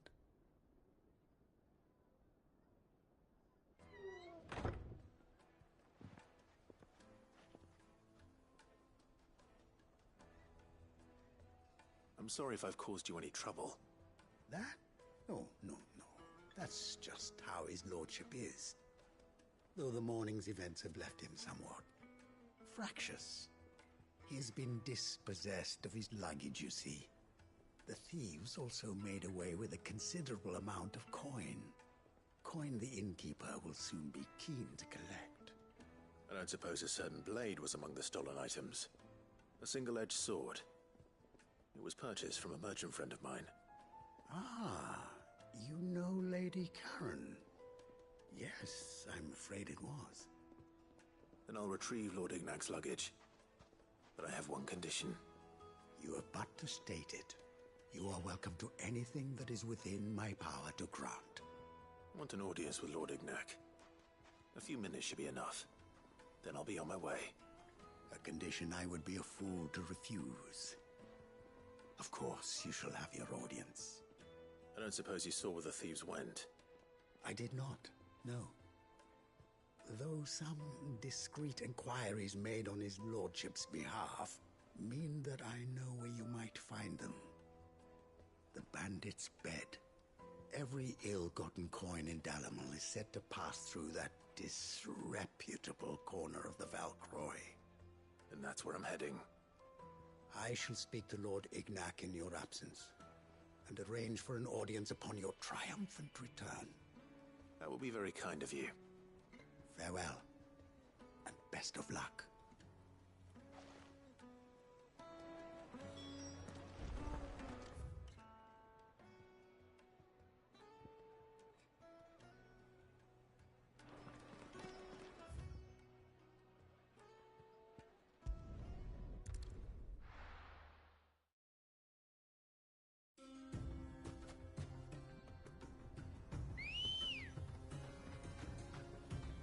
Let's go.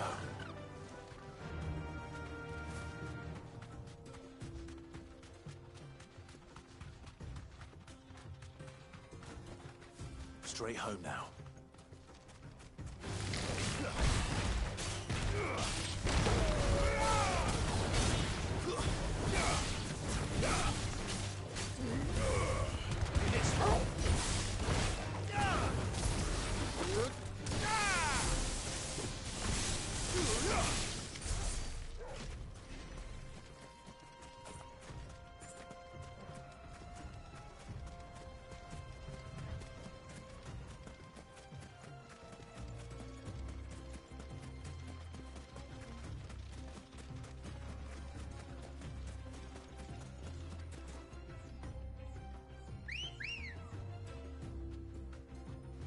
Good girl. Yeah!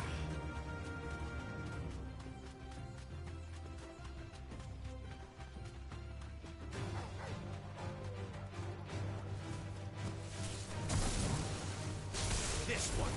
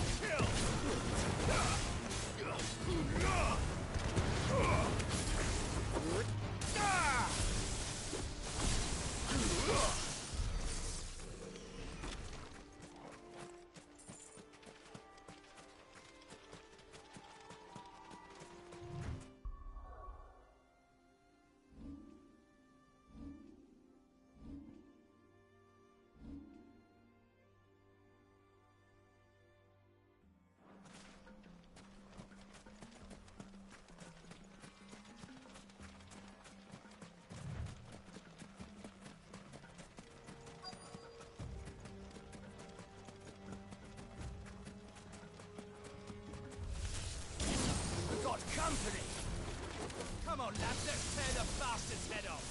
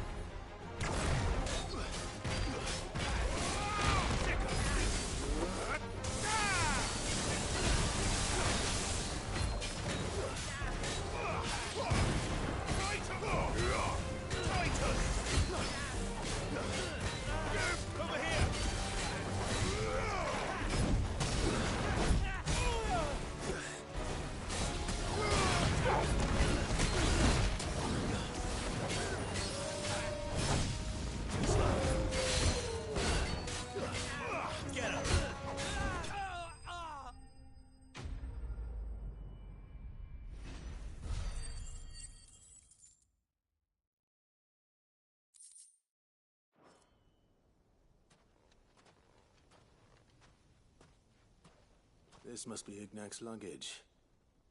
Nothing seems to be damaged. All right. Let's get it back to Dalamil.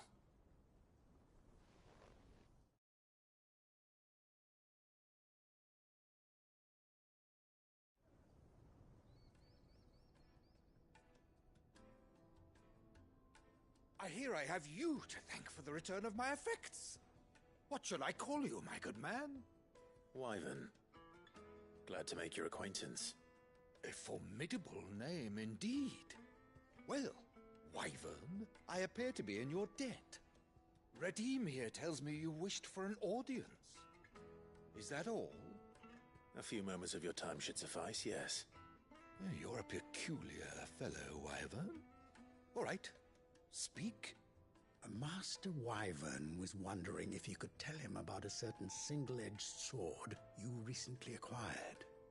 Oh, a true work of art, that one. Karen drove me hard on the price, but I would have sold her Radim here to get my hands on that sword.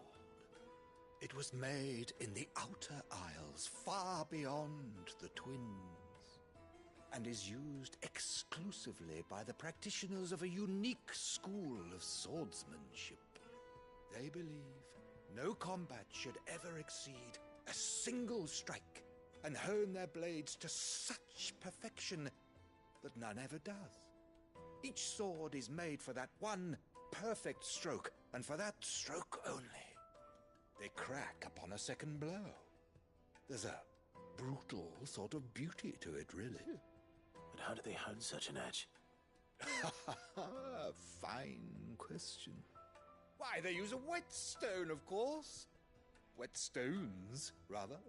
A whole array of them, ranging from the coarse to the fine. 10,000 licks with the sharpening stone, then 10,000 more. But it is the final stone which lends the blade its legendary sharpness. A mineral quite foreign to this great realm of ours. And that is the key. The secret ingredient. Wyvern, it occurs to me that my little lecture is hardly equal to services rendered. Take this, together with my regards. The very stone of which I spoke, far rarer among collectors than even the blade itself, and a far more fitting payment. Thank you. Pardon the intrusion, my lordship. However, it is long past time we prepared ourselves to depart. So it is. I am locked in bitter competition with a rival collector of curiosities. I am one step ahead of the unscrupulous scoundrel, but he is hard at my heels. Are there many other collectors out there? Too many to count, but only one do I consider my nemesis. Lord Byron Rosfield. And is a perennial thorn in my side. I can imagine. Farewell, Wyvern. May our paths cross again. Radim, we mustn't dawdle.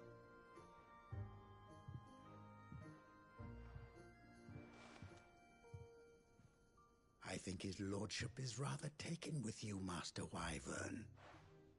Thank you again for your assistance. Coming, my lordship. I'll be right there.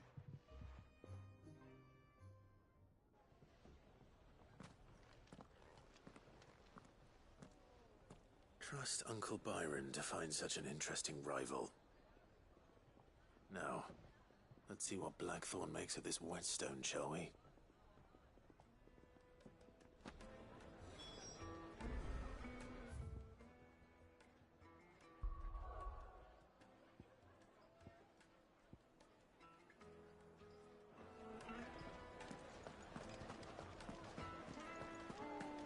The finest The most fragrant Now, herbs. Dusan, I know you're keen.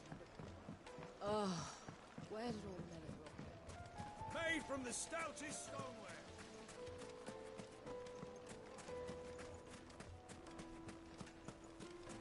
Look, I'm telling you, it's gone.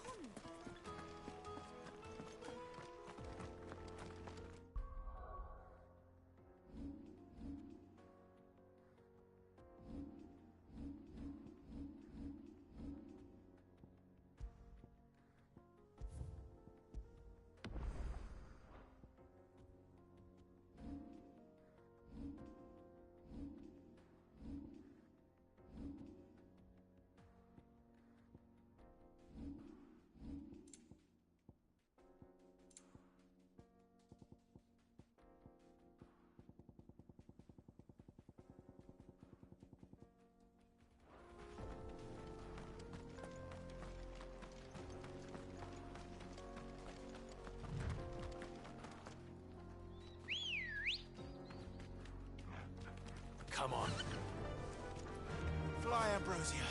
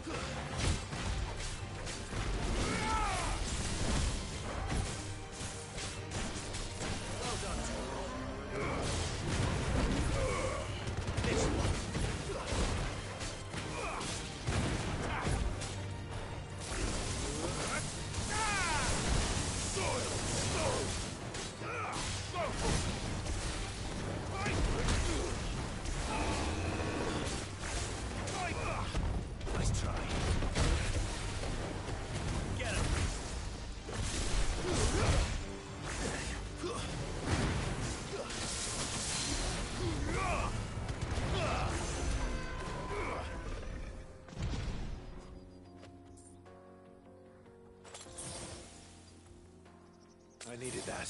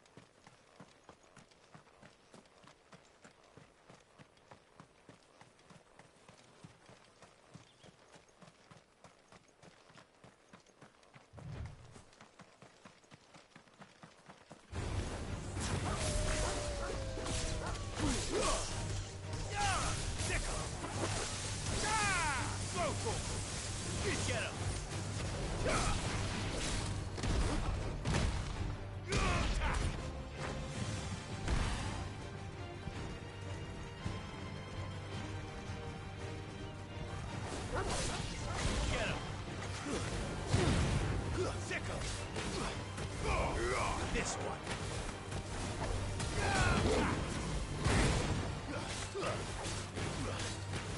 Over here.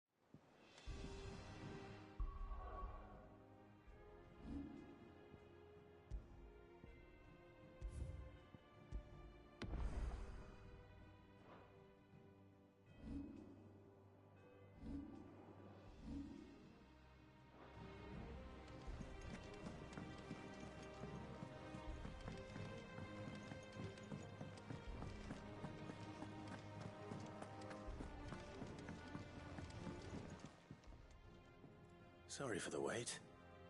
But hopefully he'll agree it was worth it. You learned something about that sword, then? I did better than that.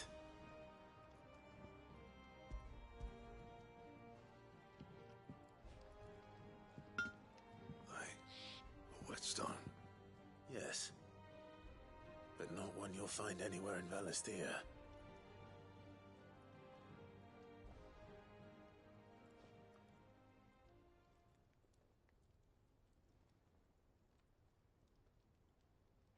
No wonder I couldn't get the same finish on the grinding wheel. One hit and all done, eh? Might not be so bad if all you ever fought were duels. Good luck on the battlefield. Your second opponent would be your last, no matter how good you were. Even so, is there some way it could be used to give the curse breakers an edge? I think so, yeah. With this whetstone and the right kind of steel, I could probably even make a twin of the blade that rattled me. But there'd be no replacing this little rock once I worn it down to a sliver. I reckon we get a dozen swords from it, if that. Swords that the curse breakers wouldn't know how to wield properly, and that would see them through a single fire piece. Nah, no point trying to copy that thing. Be about as much use as a wax anvil. But finishing our blades with a whetstone this fine, now that's something to consider. And what's finer than fallen masonry, eh? Or more hard-wearing, for that matter. Just imagine it. Good Valisthean steel with an edge as sharp as any found in the Outer Isles. I won't make a copy, nah. I'll make something much better. I'm sure the curse breakers will be delighted. Just don't push yourself too hard. Don't you worry about me, sunshine. I'll be working day and night since I was half your age, and I'll still be here when you're long gone. Hey, thanks, Clive. I mean it. I owe you one, August too. It's good to know someone's looking out for me. He'll be happy to hear you said that.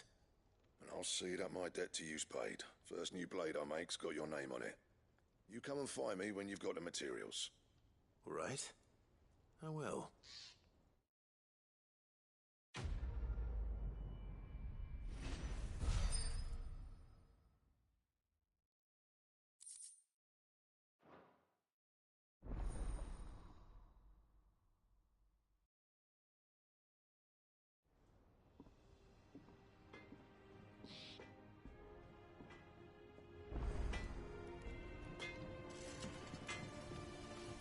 Back, are ya? What do you want?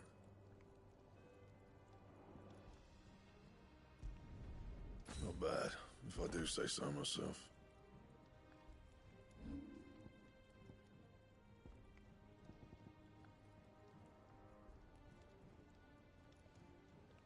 That it? Fine.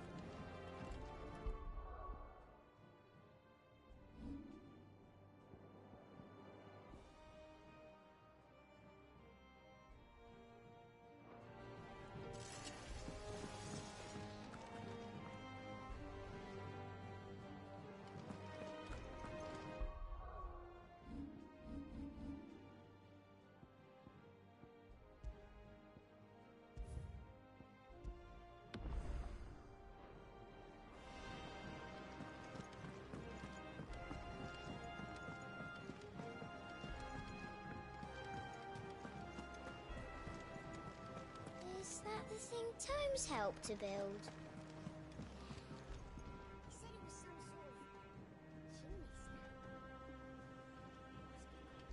Mid told me she was building a ship.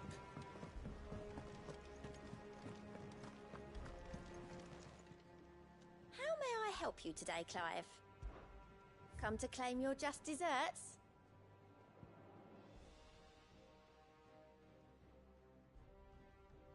Come again. I may have more for you. How are you doing?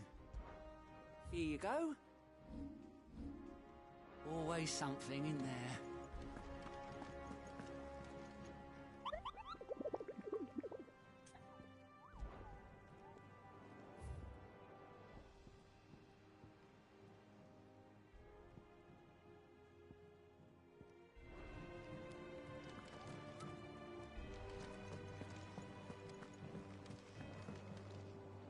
Here for another of my lectures?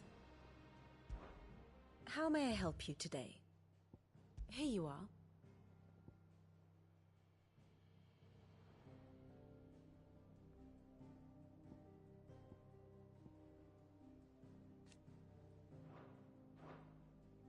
Of course.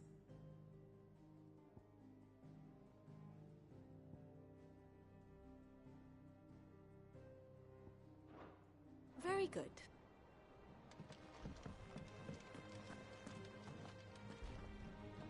All right, Clive. Asterix. Mid finished sending half the hideaway traipsing across the twins, has she? I swear, that girl'd do anything to put off visiting her old dad's grave. No excuses now, though, eh? Not quite. She said there was one final thing she had to take care of. I'm sure she'll be finished soon enough. She said that? In those words? She did, yes. Clive? Were you born yesterday or something? There is no thing. She'll probably be halfway to Canva by now. Mid. I might still be able to catch her.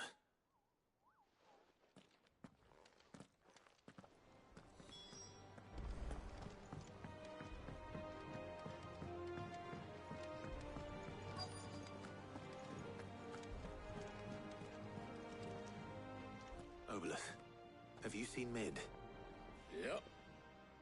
In a boat, going that way. Then I'm too late. You in a hurry at all, are you? Oh, I offered to take her across, but she wouldn't wait. Just paid for a dinghy and rowed off. Oars going like the clappers. Got some life in her, ain't she? But anyway, I was on my way up to see you, as it happens. Got a letter for you. Urgent, by the sound of it. One of your uncle's men said I was to hand it to you in person, post-bleeding haste. And you're here now. Thank you, Obelus. Don't mention it. What tidings, Uncle?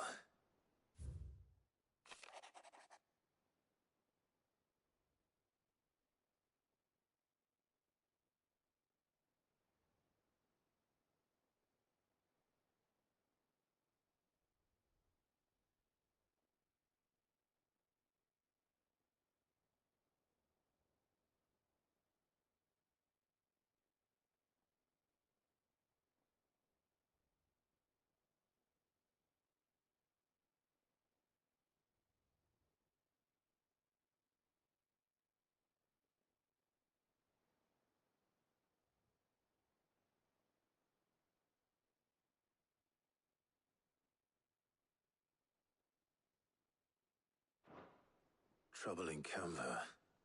Well, I'll need someone to keep an eye on Mid.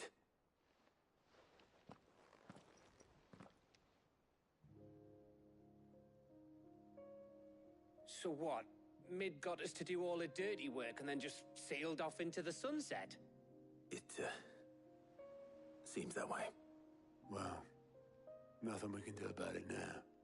But next time you plan on visiting Sid, you might want to tie her to something before you suggest it. Ah, don't be so hard on her.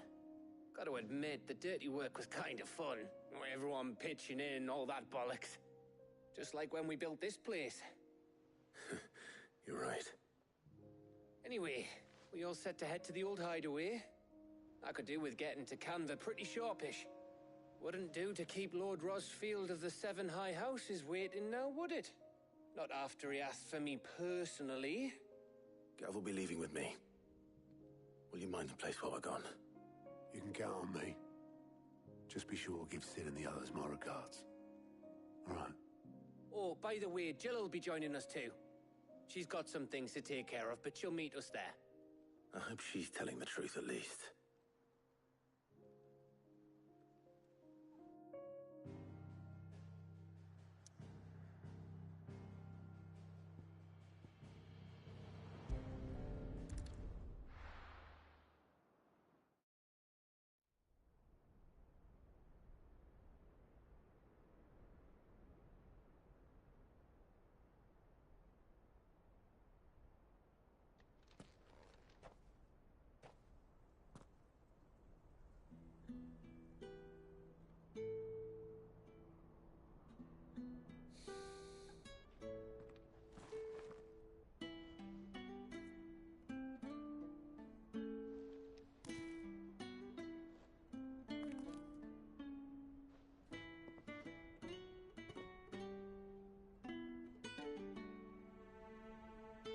well, Sid. I remember what you told me. That if no one is listening to what you have to say, you may as well not say it.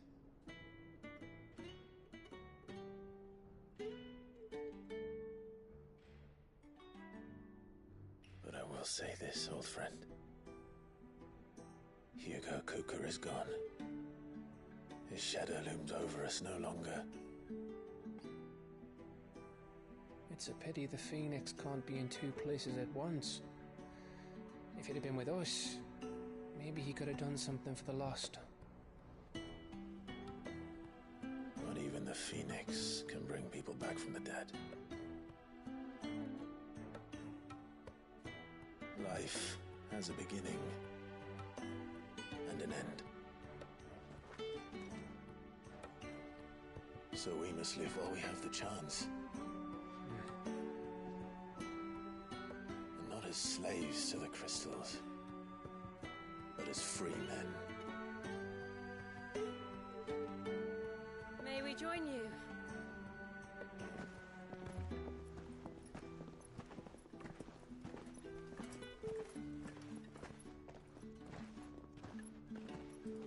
Lady Karen, what a pleasant surprise. I thought I'd drop by and see how you were all doing before heading off to restock my supplies.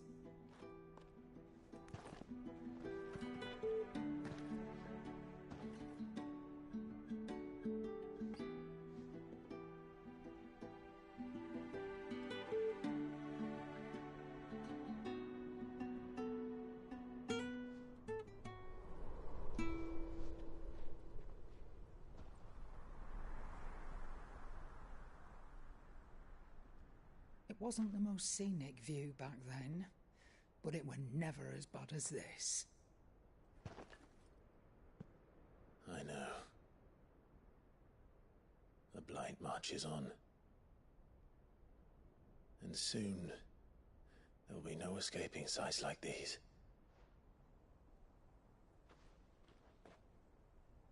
So our mission remains unchanged. We cannot stop until every Mother Crystal is gone, and their thirst for ether with them. The only one that remains in Storm is Drake's Tail in the Crystalline Dominion. Our next target. We're going to Twinside. It's the capital of the Empire these days. I wouldn't like to think how tightly guarded they've got the place. Not that that'll stop you, but we do well to scout it out before you go charging in. We would indeed. If you're off to the Dominion, you can take this great lump with you. Goods. Oh, I am sorry. Have you forgotten you're the most wanted man in the Twins? I thought you might like to disguise yourselves as the attendants of a travelling trader, assuming you've no better ideas. You wanted to buy yourself some tools, didn't you?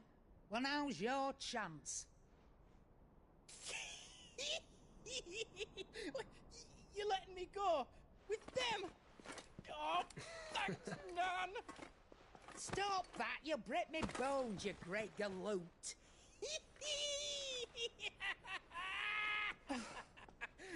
There's a caravan that runs back and forth between the Dominion and the Bocklad markets. It's managed by the Merchants Guild. Just show them Goots' traders pass and you'll be on your way. It'll be a damn sight less risky than footing it the length of the Crystal Road. That's for sure. Thank you, Karen. And glad to have you with us, Goots. Okay then. I'll get me things and I'll meet yous there. See yous down in Bocklad. Get off! Me poor fingers! Jill, you're with me. Understood. And Gav? Already on my way, Captain. Be careful. Aren't I always?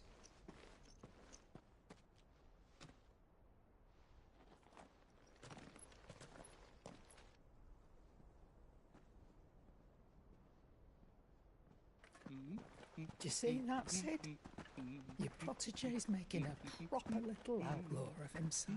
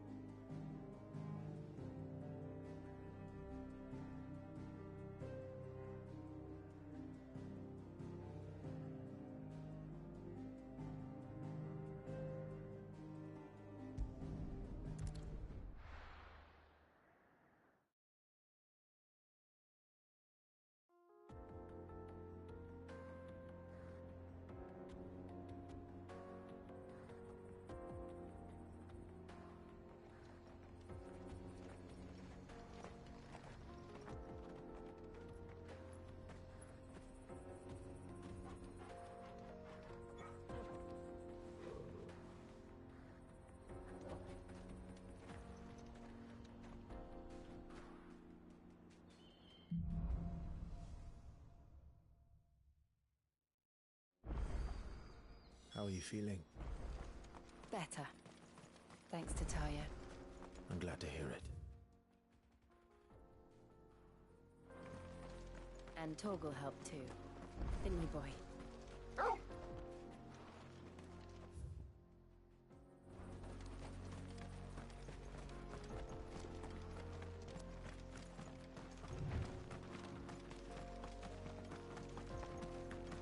This used to be a trade route for merchants crossing the Scars.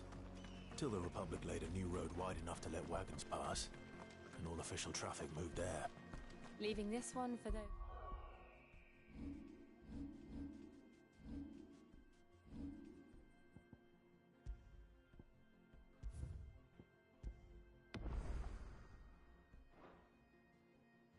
living outside the law. Indeed. I doubt we'll be the only outlaws on the trail today.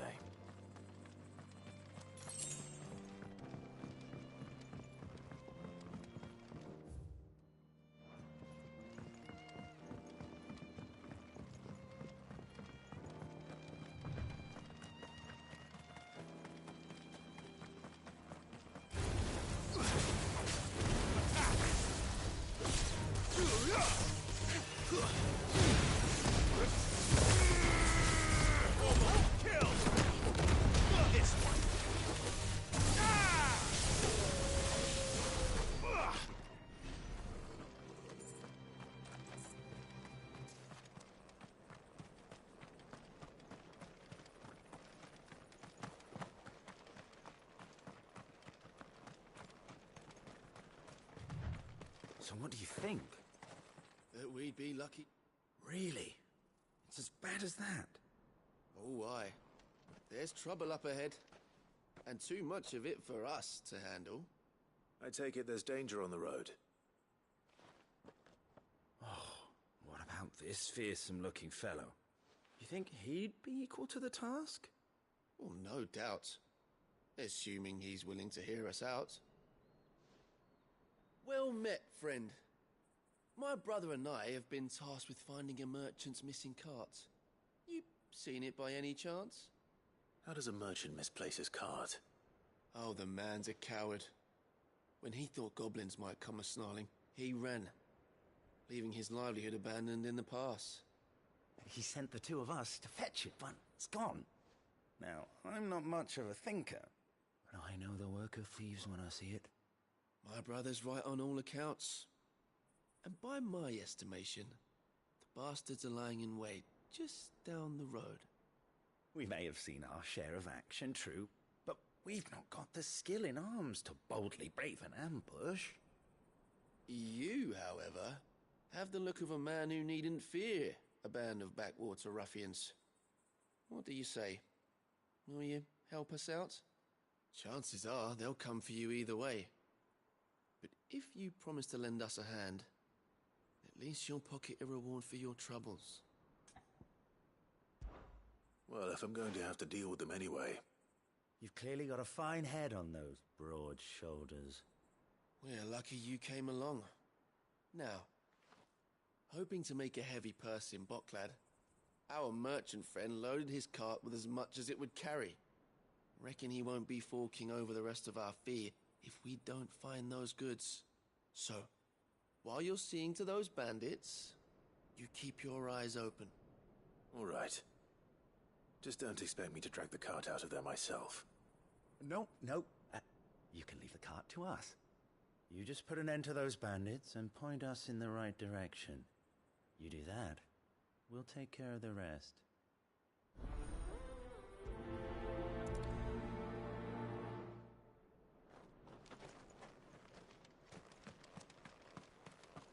I'm not sure I trust those two. But if there are bandits lying in wait, I should probably take it. Look lively, you lot. We've got guests. These must be our bandits.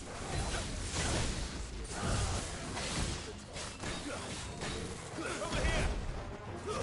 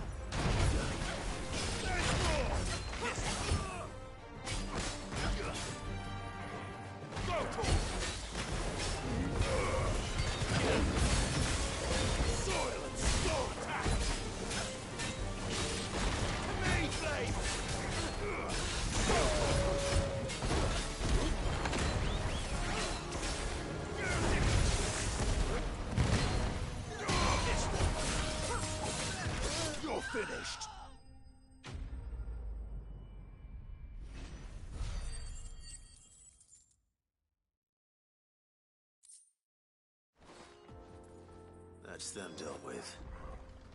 Now, where's that cart?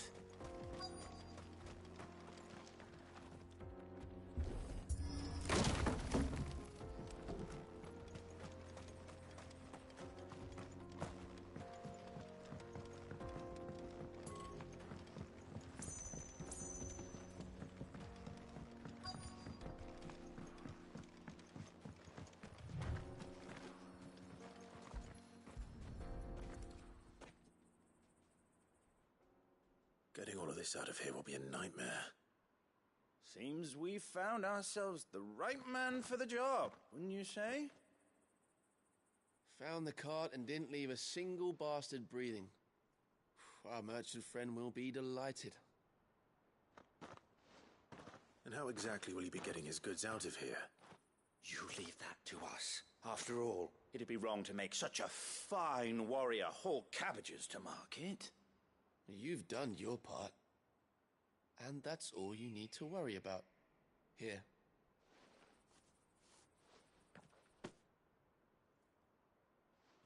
It's been a pleasure. Now piss off. There's no need to be so rude, brother. What if we want his help again next time?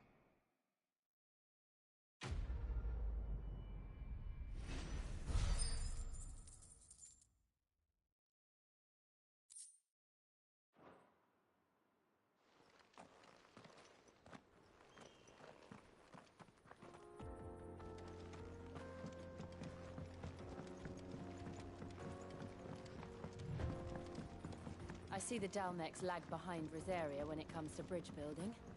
The fallen ruin should hold, at least. The path continues on the other side.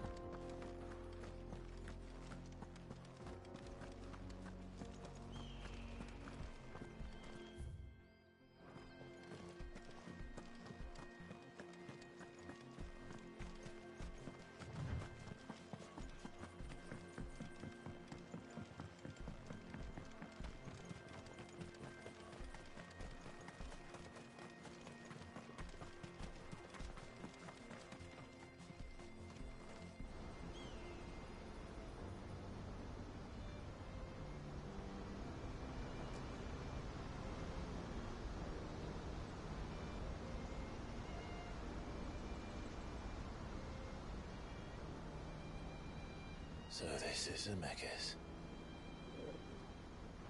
The land of the gods. It's even more impressive than I imagined. I remember being captivated by the story as a child. Long, long ago, man was overcome by avarice and challenged the gods in a bid to win their power. The final battle took place here, at these falls. Or so the legend goes. If anyone ever manages to plumb those depths, perhaps we'll learn if there's any truth to the tale. That the gods emerged victorious and punished man for his defiance by visiting upon him 2 curses. Dominants and bearers. To tell the truth, I always thought it strange that the dominants and their icons were deemed a curse. Back home, the dominant inherited the throne. They were admired and exalted, not spurned. Whenever I got to that part of the story, I always assumed there must be something I'd misunderstood. You had a lot of storybooks, didn't you? In your room, I mean. When we were young. The old legends were always my favorites. Epic battles between gods and men. Father encouraged me to read as much as I could. He thought it good for my education. You really were a boy like any other, weren't you?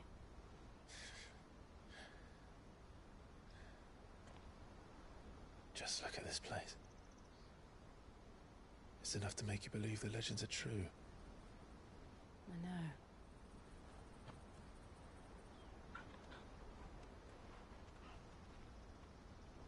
We're not far from Boklad. The road will be busier up ahead. And we'll have to keep our wits about us.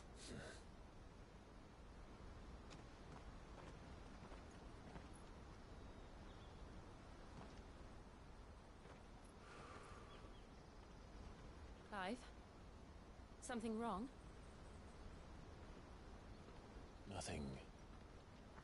It's nothing.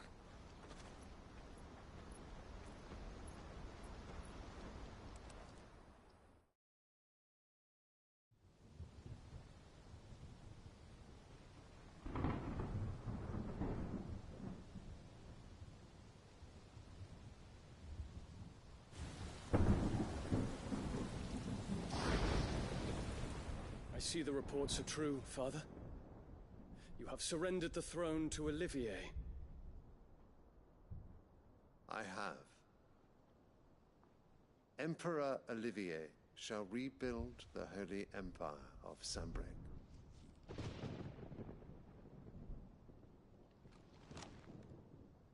How is he to rule an empire? He is but a boy. I shall advise him until he comes of age. Father, please. Or for as long as I am able. The empire we seek to build needs young blood to rule it, and I can think of none better suited to the task.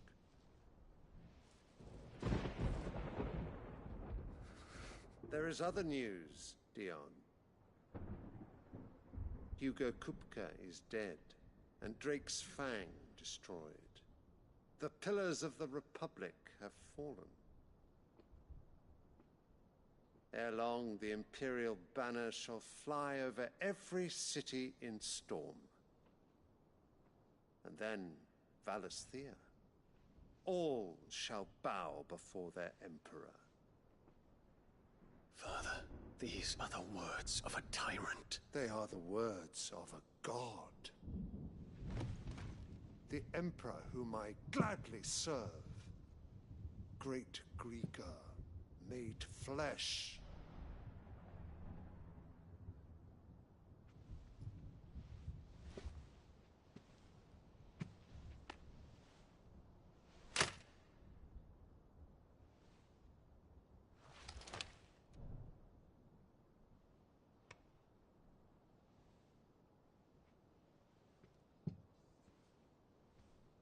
Return to your camp, Dion, and ready your forces.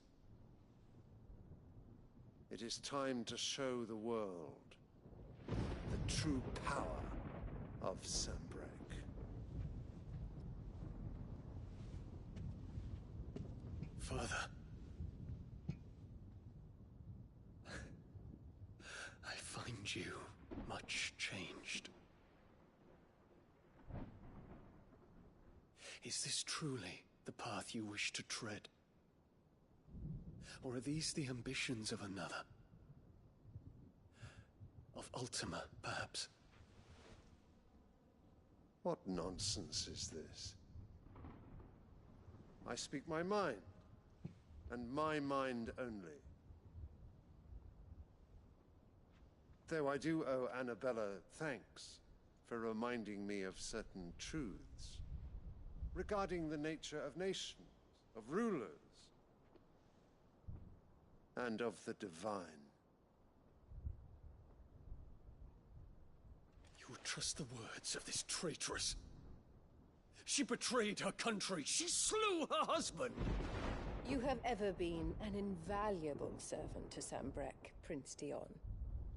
I trust you will continue to serve your Emperor in the wars to come. The canker! Silence! Insolent wretch! You will bend the knee. All else is heresy. Sire, forgive me. This audience is over.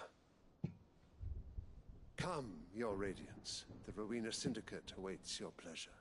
Oh, not another meeting with silly old men. They're so boring. I'm hungry, Father. Can't we have luncheon instead?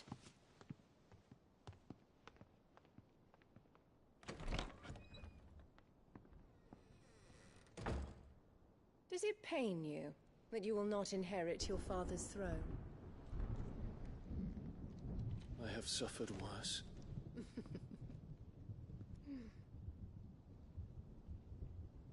Count your blessings, Dion. For a base-born child to be chosen by Bahamut is miracle enough. You have risen high on his wings, but you shall rise no higher, lest your impure blood stain the throne. What do you know of my blood?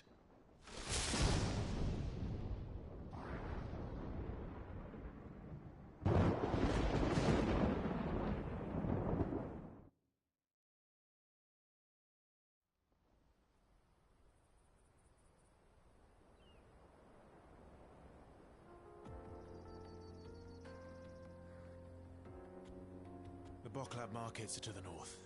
We just need to hug the coast.